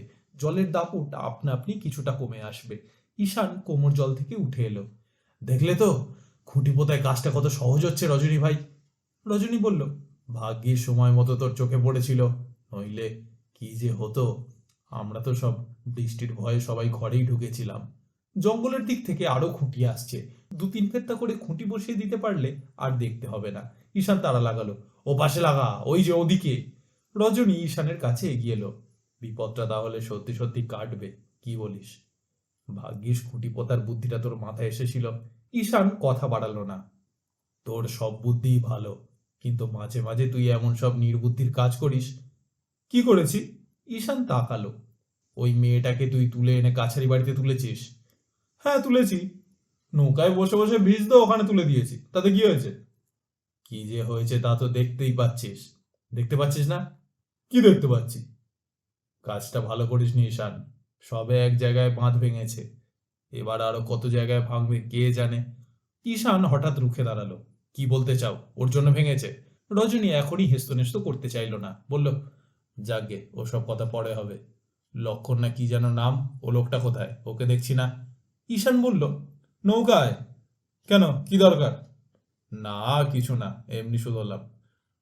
নৌকায় একজন থাকা দরকার বলেই ওকে ওখানে রেখেছি, নইলে ওকেও কাছারি গাড়িতে তুলে নিয়ে আসতাম। রজনী এখন ঘাটাতে চাইল না ঈশানকে। আগে বাঁধটাকে মেরামত করা দরকার। তবু বলল, একটা জিনিস লক্ষ্য কর না, ওরা এই ঘাটে আসার পর থেকেই আকাশ মেঘলা করে উঠল, বৃষ্টি এলো, বাঘের পায়ের ছাপ দেখা গেল, বাঁধ ভাঙলো, আরও কত কি হবে। ওরা না এলেও হতো, খবরদার বলে রাখছি, ওদের কিন্তু তুমি কিছু বলতে পারবে না। কিছু বলতে হয় আমাকে বলবে, আমি বুঝবো। রজনী আমতা আমতা করলো, তোকেই তো বললাম। যেন কিছুটা অপমান হজম করে নিয়ে রজনী আর কথা বাড়ালো না। আকাশের দিকে তাকালো। আকাশ থমকে আছে, বৃষ্টি হলেও হতে পারে। জঙ্গলের মাথায় কুয়াশার মতো স্যাঁতস্যাঁতে আরো মেঘ জমা হচ্ছে। এখনো সাপের মতো বিলি কেটে নদীর জল জঙ্গলের ভিতর গড়িয়ে গড়িয়ে এগিয়ে যাচ্ছে। ঈশান সরে এলো। নিজের হাতের একটা কোদাল তুলে নিয়ে মাটি কাটতে লেগে গেল। রজনী ভেড়ির ওপর থেকে নিচে নেমে এলো। গোড়ালি ডুবে যাওয়া কাদা। দেখলো জঙ্গলের দিক থেকে কাটারি হাতে এগিয়ে আসছে নিশিকান্ত। হ্যাঁ, ওকেই এখন ওর প্রয়োজন। চোখে চোখে ইশারা করলো নিশিকে। এদিকে আয়, শোন। নিশি এগিয়ে এলো। সব গুছিয়ে নিয়েছিস তো? বেটেটা কোথায়? বেটে অর্থাৎ বেটে চৈতন্য। নিশি বলল, ও এতক্ষণ তো এখানেই ছিল। তোরা কলকাতা গিয়ে কিন্তু ছোট কর্তার সঙ্গে দেখা করবি আগে। নিশি বলল, তাও তো করবই। আমি তোদের হাতে একটা চিঠি দিয়ে দেবো, কেউ যেন না দেখে। নিশি চুপ করে শুনল। চিঠিতে তো আর সব কথা লেখা যাবে না, তোরাও মুখে বলিস। কি বলবো? যা দেখেছিস তাই বলবি। ঈশান কি সব কুকীর্তি করছে তাই বলিস। নিশি কথা খুঁজে পেল না। রজনী বলল, ওই মেয়েটাকে যদি আশকারা না দিত তাহলে আমাদের এই কষ্ট হতো না। গতবারও ওই মেয়েটাই আমাদের সর্বনাশ করে গিয়েছিল, এবারও দেখ না, সবে তো শুরু। নিশি চারপাশে একবার তাকালো। দূরে ঈশানকে দেখতে পেল। বলল, বলবো, আগে যাই তো। রজনী বলল, বলিস, ওই একটা লোকের জন্য আমরা প্রাণ দিতে পারি না। হয় ঈশানকে উনি রাখুন, নয়তো আমাদের। কিরে, বুঝিয়ে বলতে পারবি তো? নিশি আবার একবার চারপাশে তাকালো, বলল, ঠিক আছে বলবো। সারা রাত ধরে বৃষ্টি, কিছুক্ষণ থামে আবার শুরু হয়। সন্ধ্যের পর থেকে এলোমেলো বাতাসও দাপাদাপি শুরু করে। বাতাস এসে ঘরের বেড়ায় ঝাপটা মারে, বিচিত্র সব শব্দ হয়। মনে হয় সমস্ত দ্বীপটাই এবার ঝড়ে জলে প্লাবনে একাকার হয়ে ধ্বংস হয়ে যাবে, আর রক্ষা নেই। রজনী অনেক রাত অবধি ঘুমোতে পারল না। ঘরে একটা তেলের ডিবে জ্বালিয়ে রাখা হয়েছে। বেড়ায় জলের ঝাপটা লেগে কখনো সখনো ঘরের ভিতর বিন্দু বিন্দু জলকণা আছড়ে পড়ছে। মনে হচ্ছে বেড়াগুলো নেহাতি পলকা। আরও একটু জোরে বাতাস বইলে সহসা উড়িয়েও নিয়ে যেতে পারে। বুকের ভেতর আশঙ্কা গোমড়ায়। অন্ধকারে জঙ্গলের দিকে তাকালে কত আজগুবি সব কথাই না মাথায় এসে ডাঁই হয়ে জমা হয়। দাওয়ায় ডে লাইট জ্বালিয়ে রাখা হয়েছে। সারা রাত ধরে প্রতিদিন ওখানে ওই আলোটা জ্বলে। ডে লাইটের আলো দেওয়াল ফুঁড়ে কিছু কিছু ঘরের ভেতরেও এসে পড়েছে। দরজার ঝাঁপিটা শক্ত করে বন্ধ করে দিয়েছিল রজনী। দরজা খুলে রেখে শোয়ার কথা ভাবাই যায় না। এখন বাতাসের ঝাপটায় মাঝে মাঝে দরজাও অদ্ভুতভাবে নড়ে উঠছে, আর সঙ্গে সঙ্গে ঘুমের দফারফা এক হয়ে যাচ্ছে রজনীর। কুলিডেরায় অনেক রাত অবধি চেঁচামেচি হয়েছে। এখন আর কারো গলার আওয়াজ নেই। সন্ধে অবধি ভেড়ি মেরামতির কাজেই আটকে রাখতে হয়েছিল সবাইকে। সারাদিন জলে কাদায় ভিজে পরিশ্রম করে রাতে আবার কি করে যে অত গলা ছেড়ে চেঁচামেচি করতে পারে সবাই ভাবতে অদ্ভুত লাগে রজনীর। বেশ কয়েকবার বারান্দায় বেরিয়ে এসে আকাশের দিকটা দেখার চেষ্টা করেছে ও। আকাশের চেহারা আলকাতরার মতো কালো, দেখে বোঝার উপায় নেই দুর্যোগ সহজে কাটবে কিনা। বর্ষাকালকেও এই বৃষ্টি হার মানালো। আসলে ভাগ্যটাই খারাপ। একটার পর একটা ঝামেলার মুখোমুখি দাঁড়াতে হচ্ছে ওদের। নইলে বলা নেই কওয়া নেই, ভেড়ি ওরকম ভাবে ভেঙে যায়। গোটা ভেড়িটাকেই এবার পরীক্ষা করে দেখা দরকার। আর কোথায় কোথায় ফাটল আছে কে জানে। অন্ধকারে জঙ্গলের দিকে তাকিয়ে রজনীর মনে হচ্ছিল এত বাতাস আর এলোমেলো বৃষ্টির ছাট বনের দিক থেকেই যেন ছুটে ছুটে আসছে কাছারি বাড়ির দিকে। জমাট বাঁধা অন্ধকারে গাছগাছালি ঝোপঝাড়ের আলাদা কোনো চেহারা নেই, কিন্তু বিদ্যুৎ ঝলসে উঠলেই চৌকিতে যা কিছু দেখা যায়। অরণ্য যেন ফুঁসছে, ফুলে ফুলে উঠছে। নেহাতি মানুষের মতো ছুটোছুটি করার ক্ষমতা নেই জঙ্গলে। থাকলে কাছারি বাড়িটাকে এক নিমেষে কাদায় চটকে দিয়ে যেত। ক্রোধে যেন ক্ষিপ্ত হয়ে আছে জঙ্গল। রজনীর বুকের ভিতর গুড়গুড় করা কাঁপুনিটাও থামতে চায় না। সারাটা রাতই হয়তো আজ এরকম অবস্থায় কাটবে। কাল সকালে যদি বৃষ্টি না থামে সত্যি সত্যি ভাবনার বিষয় হয়ে দাঁড়াবে ওদের। দুর্যোগের এই চোট সামলে উঠতে না পারলে মুখ দেখাবার উপায় থাকবে না আর। সহসা চমকে উঠল রজনী। কে যেন ফিসফিস করে বলল, এ বৃষ্টি আর থামবে না গো, হে হে হে হে হে। কে? আতিপাতি করে চারপাশে তাকালো রজনী। কই কেউ নেই তো। অথচ ও স্পষ্ট শুনল কে যেন কথাগুলো বলল। তবে কি ভুল শুনল রজনী? অসম্ভব। স্পষ্ট ও মানুষের গলা পেয়েছে। আবার একটা বিদ্যুৎ ঝলসে উঠতেই ওর মনে হলো দূরের জঙ্গলে যেন ডাইনে বাঁয়ে মাথা ঝাঁকাচ্ছে, যেন ওই দিক থেকেই কেউ লক্ষ্য করে কথা কয়টি ছুড়ে দিয়েছে। রজনী এভাবে আর একা একা বারান্দায় দাঁড়িয়ে থাকতে সাহস পেল না। পা টিপে টিপে পিছনে এসে ঘরে ঢুকে ঝাঁপ বন্ধ করে দিল। সত্যি সত্যি কি মেয়েটাই এসবের জন্য দায়ী? আবার গৌরীর মুখটা ওর চোখের সামনে ভেসে উঠল।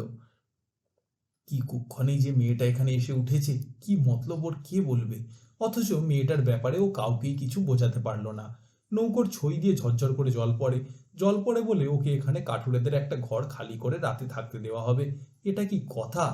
রজনী হাজার চেষ্টা করেও দমাতে পারেনি ঈশানকে। ধরাকে যেন সরা জ্ঞান করছে ঈশান।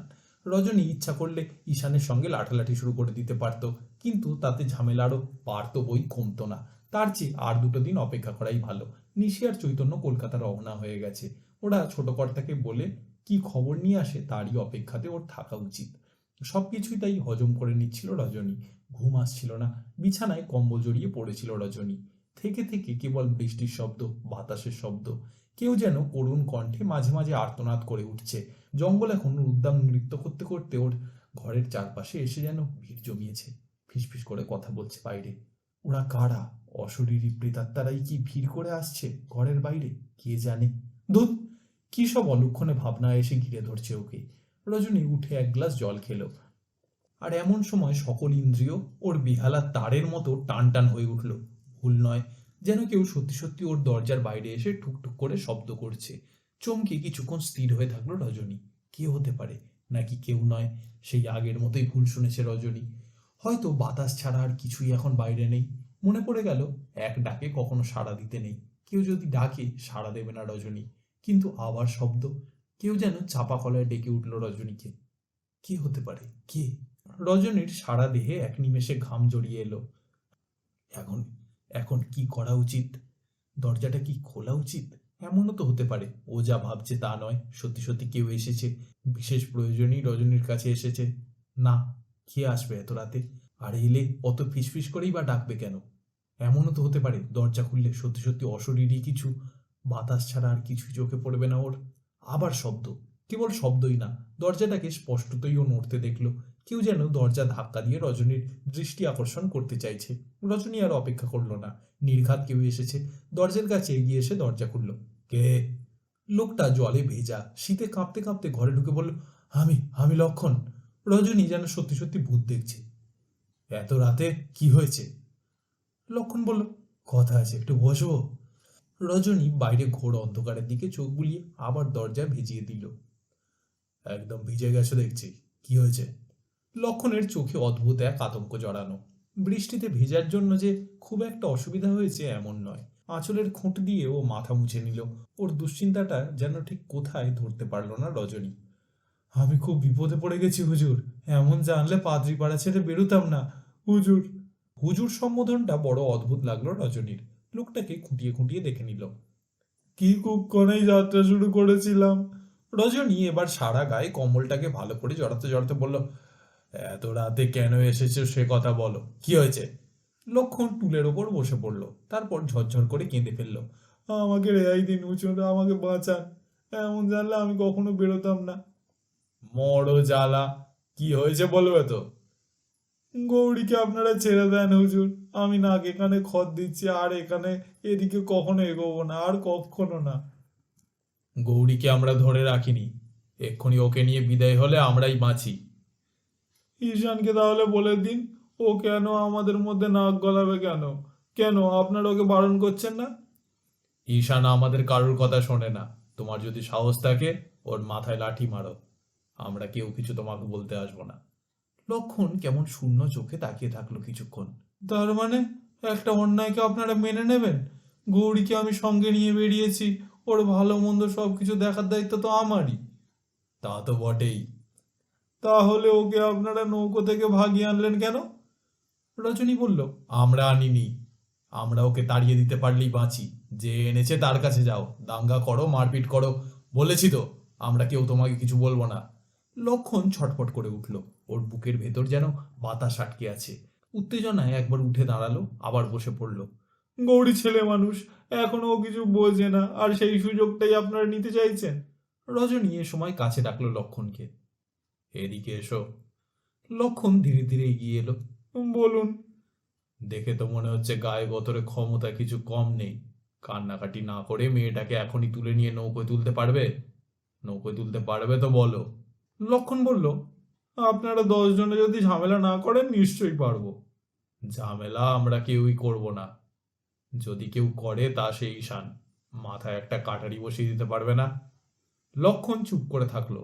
অবশ্য আমরাও চেষ্টা করব ঈশান যাতে বাধা না দেয়, কিন্তু লোকটা বড় সোজা নয়। লক্ষণ বলল, কাছাকাছি থানা নেই, আমি থানায় যাব। তাহলে তাই যাও, থানার দারোগা বাবু এসে তোমার গৌরীকে তোমার কোলে বসিয়ে দিয়ে যাবে। এতই যদি সাহস, তাহলে বেরিয়েছিলে কেন? লক্ষণ খুঁজতে থাকে। প্রথমেই দাঙ্গা মারামারি করা উচিত হবে কিনা তাই থানার কথা ভাবছিলাম। জঙ্গলের কোনো কানুন নেই, থানার দারোগাটা এখানে আসবে না। লক্ষণ চুপ করে থাকলো। রজনী ওকে আরো কাছে ডাকলো। সত্যি করে একটা কথা বলো দেখি বাবু। লক্ষণ তাকালো। মেয়েটা তোমার কে? ওকে ফুসলিয়ে এনেছো কেন?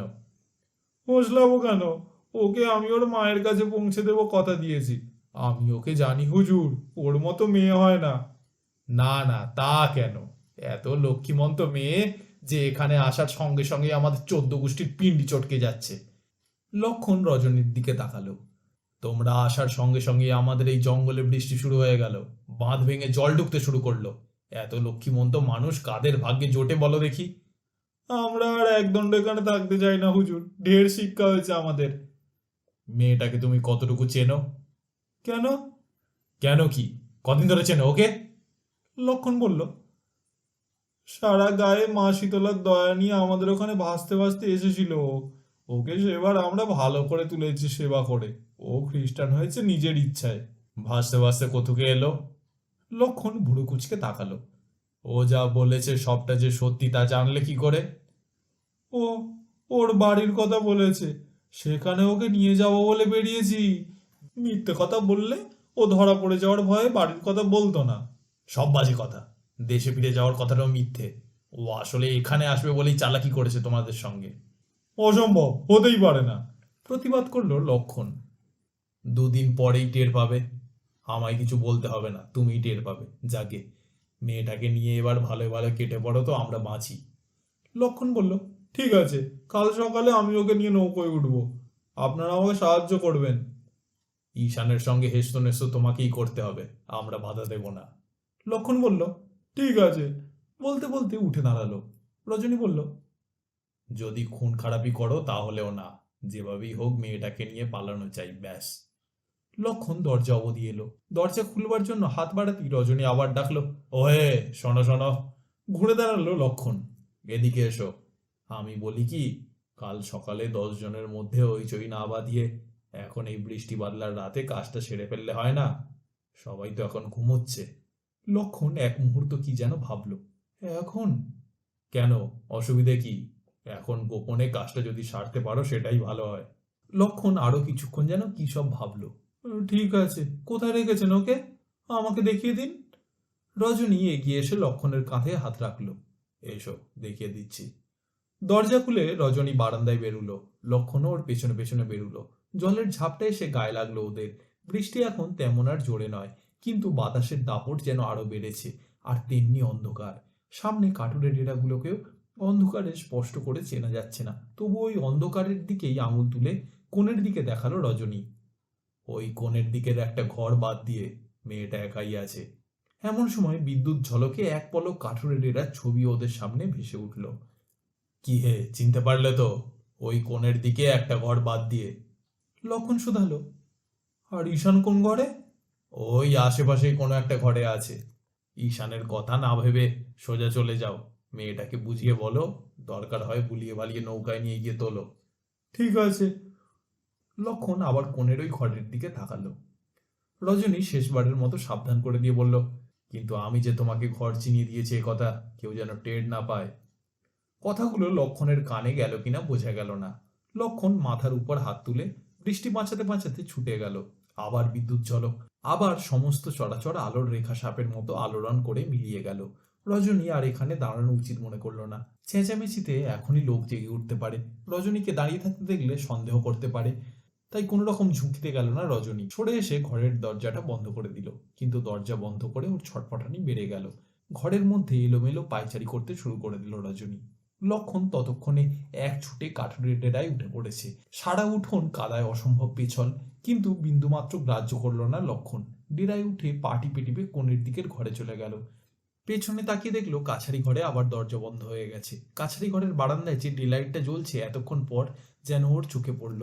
চারপাশের এই গাঢ় অন্ধকারের মধ্যে ওই আলোটা যেন আরো রহস্যময় হয়ে উঠেছে। একেবারে কোণের দিক থেকে একটা দরজা বাদ দিয়ে লক্ষণ দ্বিতীয় ঘরের দরজার সামনে এসে দাঁড়ালো। গৌরী কি এই ঘরে একাই রয়েছে? কেমন যেন সন্দেহ হলো ওর। যদি গৌরীর সঙ্গে আর কেউ থাকে, লক্ষণের গলা পাওয়ার সঙ্গে সঙ্গে যদি লাঠিসোঁটা নিয়ে বেরিয়ে পড়ে সে। বেশ কিছুক্ষণ থমকে দাঁড়িয়ে থাকলো লক্ষণ। ঠান্ডায় হাতের আঙুলগুলো যেন সিটিয়ে আসছে। দু একবার আঙুল ভাঁজ করে লক্ষণ বুঝলো দেহের ভিতরে রক্ত যেন ঠান্ডায় জমে বরফ হয়ে আছে। দেহের এই অবস্থা নিয়ে জোর খাটানো যায় না। গৌরী যদি ঘর থেকে বেরুতে না চায়, ওর কিছুই করার থাকবে না। তবু লক্ষণ দরজার কাছে এগিয়ে এসে ফিসফিস করে ডাকলো, গৌরী, গৌরী। কোনো সাড়া পেল না লক্ষণ। দরজায় আলতো করে একটু চাপ দিয়ে দেখলো, দরজা বন্ধ। বিদ্যুৎ ঝলকে আবারও চোখের সামনে কিছুক্ষণের জন্য সমস্ত পরিবেশটা উদ্ভাসিত হয়ে আবার মিলিয়ে গেল। দরজায় আরো একটু জোরে চাপ দিল লক্ষণ। এই দুর্যোগের রাতে কেউ যে দরজা খুলে রেখে শোবে না তা তো জানাই ছিল, তবু বৃথা চেষ্টা করলো দু একবার। তারপর দরজায় টোকা দিতে শুরু করলো লক্ষণ। গৌরী, গৌরী। ভেতরে কি কেউই নেই, নাকি ঘুমিয়ে পড়েছে বলে শুনতে পাচ্ছে না? এমন তো হতে পারে একা এরকম একটা ঘরে থাকার সাহস না পেয়ে ঈশানকে সঙ্গে নিয়ে শুয়েছে। কথাটা ভাবতেই ওর আরো উত্তেজনা বেড়ে গেল। আবার ধাক্কা দিতে শুরু করলো লক্ষণ। গৌরী, শুনছো গৌরী? লক্ষ্মীটি, দরজা খোলো না, আমি লক্ষণ। অনবরত বিদ্যুৎ ঝলসাচ্ছে, অনবরত চোখে ঘোর লেগে যাচ্ছে লক্ষণের। উত্তেজনা ঢেউয়ের মতো সারা শরীরে যেন দোল খেয়ে যাচ্ছে। বেশ একটু জোরে জোরেই ধাক্কাতে শুরু করলো লক্ষণ। ওর গলার স্বরেও জোর বাড়ছিল। গৌরী, শুনছো গৌরী? আর এই সময় ঘরের ভেতর থেকে একটা শব্দ ভেসে উঠল। কে? চমকে উঠল লক্ষণ। হ্যাঁ, গৌরীরই গলা। উত্তেজনায় বেড়ার গায়ে পুরোপুরি ঝুঁকে পড়ল লক্ষণ। আমি গৌরী, আমি লক্ষণ। কিন্তু আবার স্তব্ধতা নামলো। দম চাপা কষ্ট নিয়ে আরো বেশ কিছুক্ষণ অপেক্ষা করলো লক্ষণ। ভেতর থেকে দরজা খুলছে না থেকে আবার আগ্রহে ঝুঁকে পড়ে লক্ষণ কোঁকিয়ে উঠল। একদম ভিজে গেছি গৌরী, ঠান্ডায় জমে গেছি, দরজা খোলো। কেন এসেছো এখানে? বেশ রূঢ় শোনালো গৌরীর গলা। আহা, দরজা খোলোই না বলছি। না, খুলবো না, তুমি চলে যাও, তুমি চলে যাও লক্ষণদা। লক্ষণ কিছুক্ষণ থমকে রইল। পরে দরজায় একটা লাথি কষিয়ে হেঁকে উঠল। খোল বলছি, আমি কিন্তু দরজা ভেঙে ফেলবো। ও পাশ নিরুত্তর। গৌরী কি দরজা খোলার জন্য এগোচ্ছে কিছুই বুঝতে পারল না লক্ষণ। স্তব্ধভাবে আরো কিছুক্ষণ দাঁড়িয়ে রইল ও। চারপাশে আতিপাতি করে আবারও কিছুক্ষণ চোখ বোলালো। কাছারি ঘরের বারান্দায় ডেলাইটটা নির্বিকার ভাবে জ্বলছে। চোখ ফিরিয়ে নিল। কি হলো, খুলবে না? বলেছি তো তুমি চলে যাও। আমি চলে যাব? আমি চলে গেলে তোমার সুবিধা হয়, তাই না? বেশ গায়ের জোরেই এবার ধাক্কাতে শুরু করলো লক্ষণ। পলকা গড়ান খুঁটির দেওয়ালও থরথর করে কাঁপতে শুরু করলো। এমন সময় দরজা খোলার শব্দে থমকে দাঁড়ালো লক্ষণ। হ্যাঁ, দরজাটা ধীরে ধীরে ওর চোখের সামনে খুলে গেল। কি চাও? লক্ষণ বিদঘুটে অন্ধকার ছাড়া কিছুই দেখতে পেল না। এত অন্ধকার ভেতরে কি চাও? কেন এসেছো এখানে? গৌরীর প্রশ্বাসেরও শব্দ পাওয়া যাচ্ছে, কিন্তু লক্ষণ অন্ধকারে একটা হাত সামনের দিকে এগিয়ে দিল। তোমাকে নিয়ে যেতে এসেছি গৌরী, এসো, রাগ করো না, শোনো। লক্ষণ ঘরে ঢোকবার জন্য পা বাড়ালো, আর ঠিক এই সময়ই বিদ্যুতের চমক। আলোতে এক ঝলক গৌরীকে দেখতে পেল লক্ষণ। কিন্তু কি দেখলো? ছিটকে দুপা পিছিয়ে এলো লক্ষণ। গৌরী! আর্তনাদ করে উঠল ও। গৌরী বলল, খবরদার, ঘরে ঢুকবে তো আজ আমি মানুষ খুন করব। তোমার হাতে ওটা কি? গৌরী, তুমি কি পাগল হয়ে গেলে? আবার বিদ্যুৎ ঝলসাতে এবার স্পষ্ট গৌরীকে দেখতে পেল লক্ষণ। এক হাতে একটা ঝকঝকে কাটারি, কোমরে শাড়ির আঁচল শক্ত করে জড়ানো, চোখে কি ভয়াবহ দৃষ্টি ওর। গৌরীকে এ মূর্তিতে ও দেখবে কল্পনাও করতে পারেনি। এটাই কি ওর আসল রূপ, নাকি ও ছলাকলা করছে? গৌরী কি শেষ পর্যন্ত লক্ষণের মাথার ওপরে কাটারের কোপটা বসিয়ে দিতে পারে? কেমন দুর্বোধ্য হয়ে যায় সব। লক্ষণ পাথরের মূর্তির মতো দাঁড়িয়ে থাকলো। আবারও এক ঝলক আলো। লক্ষণ দেখলো ঘরের ভিতরে একটা হরিণ। হরিণটাও যেন কেমন অদ্ভুত চোখে তাকিয়ে আছে ওর দিকে। পৃথিবীতে এত বিস্ময় কে জানতো আগে? আপনারা শুনছিলেন বরেন গঙ্গোপাধ্যায়ের বনবিবি উপাখ্যান ষষ্ঠ পর্ব। এরপরে সপ্তম তথা অন্তিম পর্ব নিয়ে ফিরছি খুব তাড়াতাড়ি।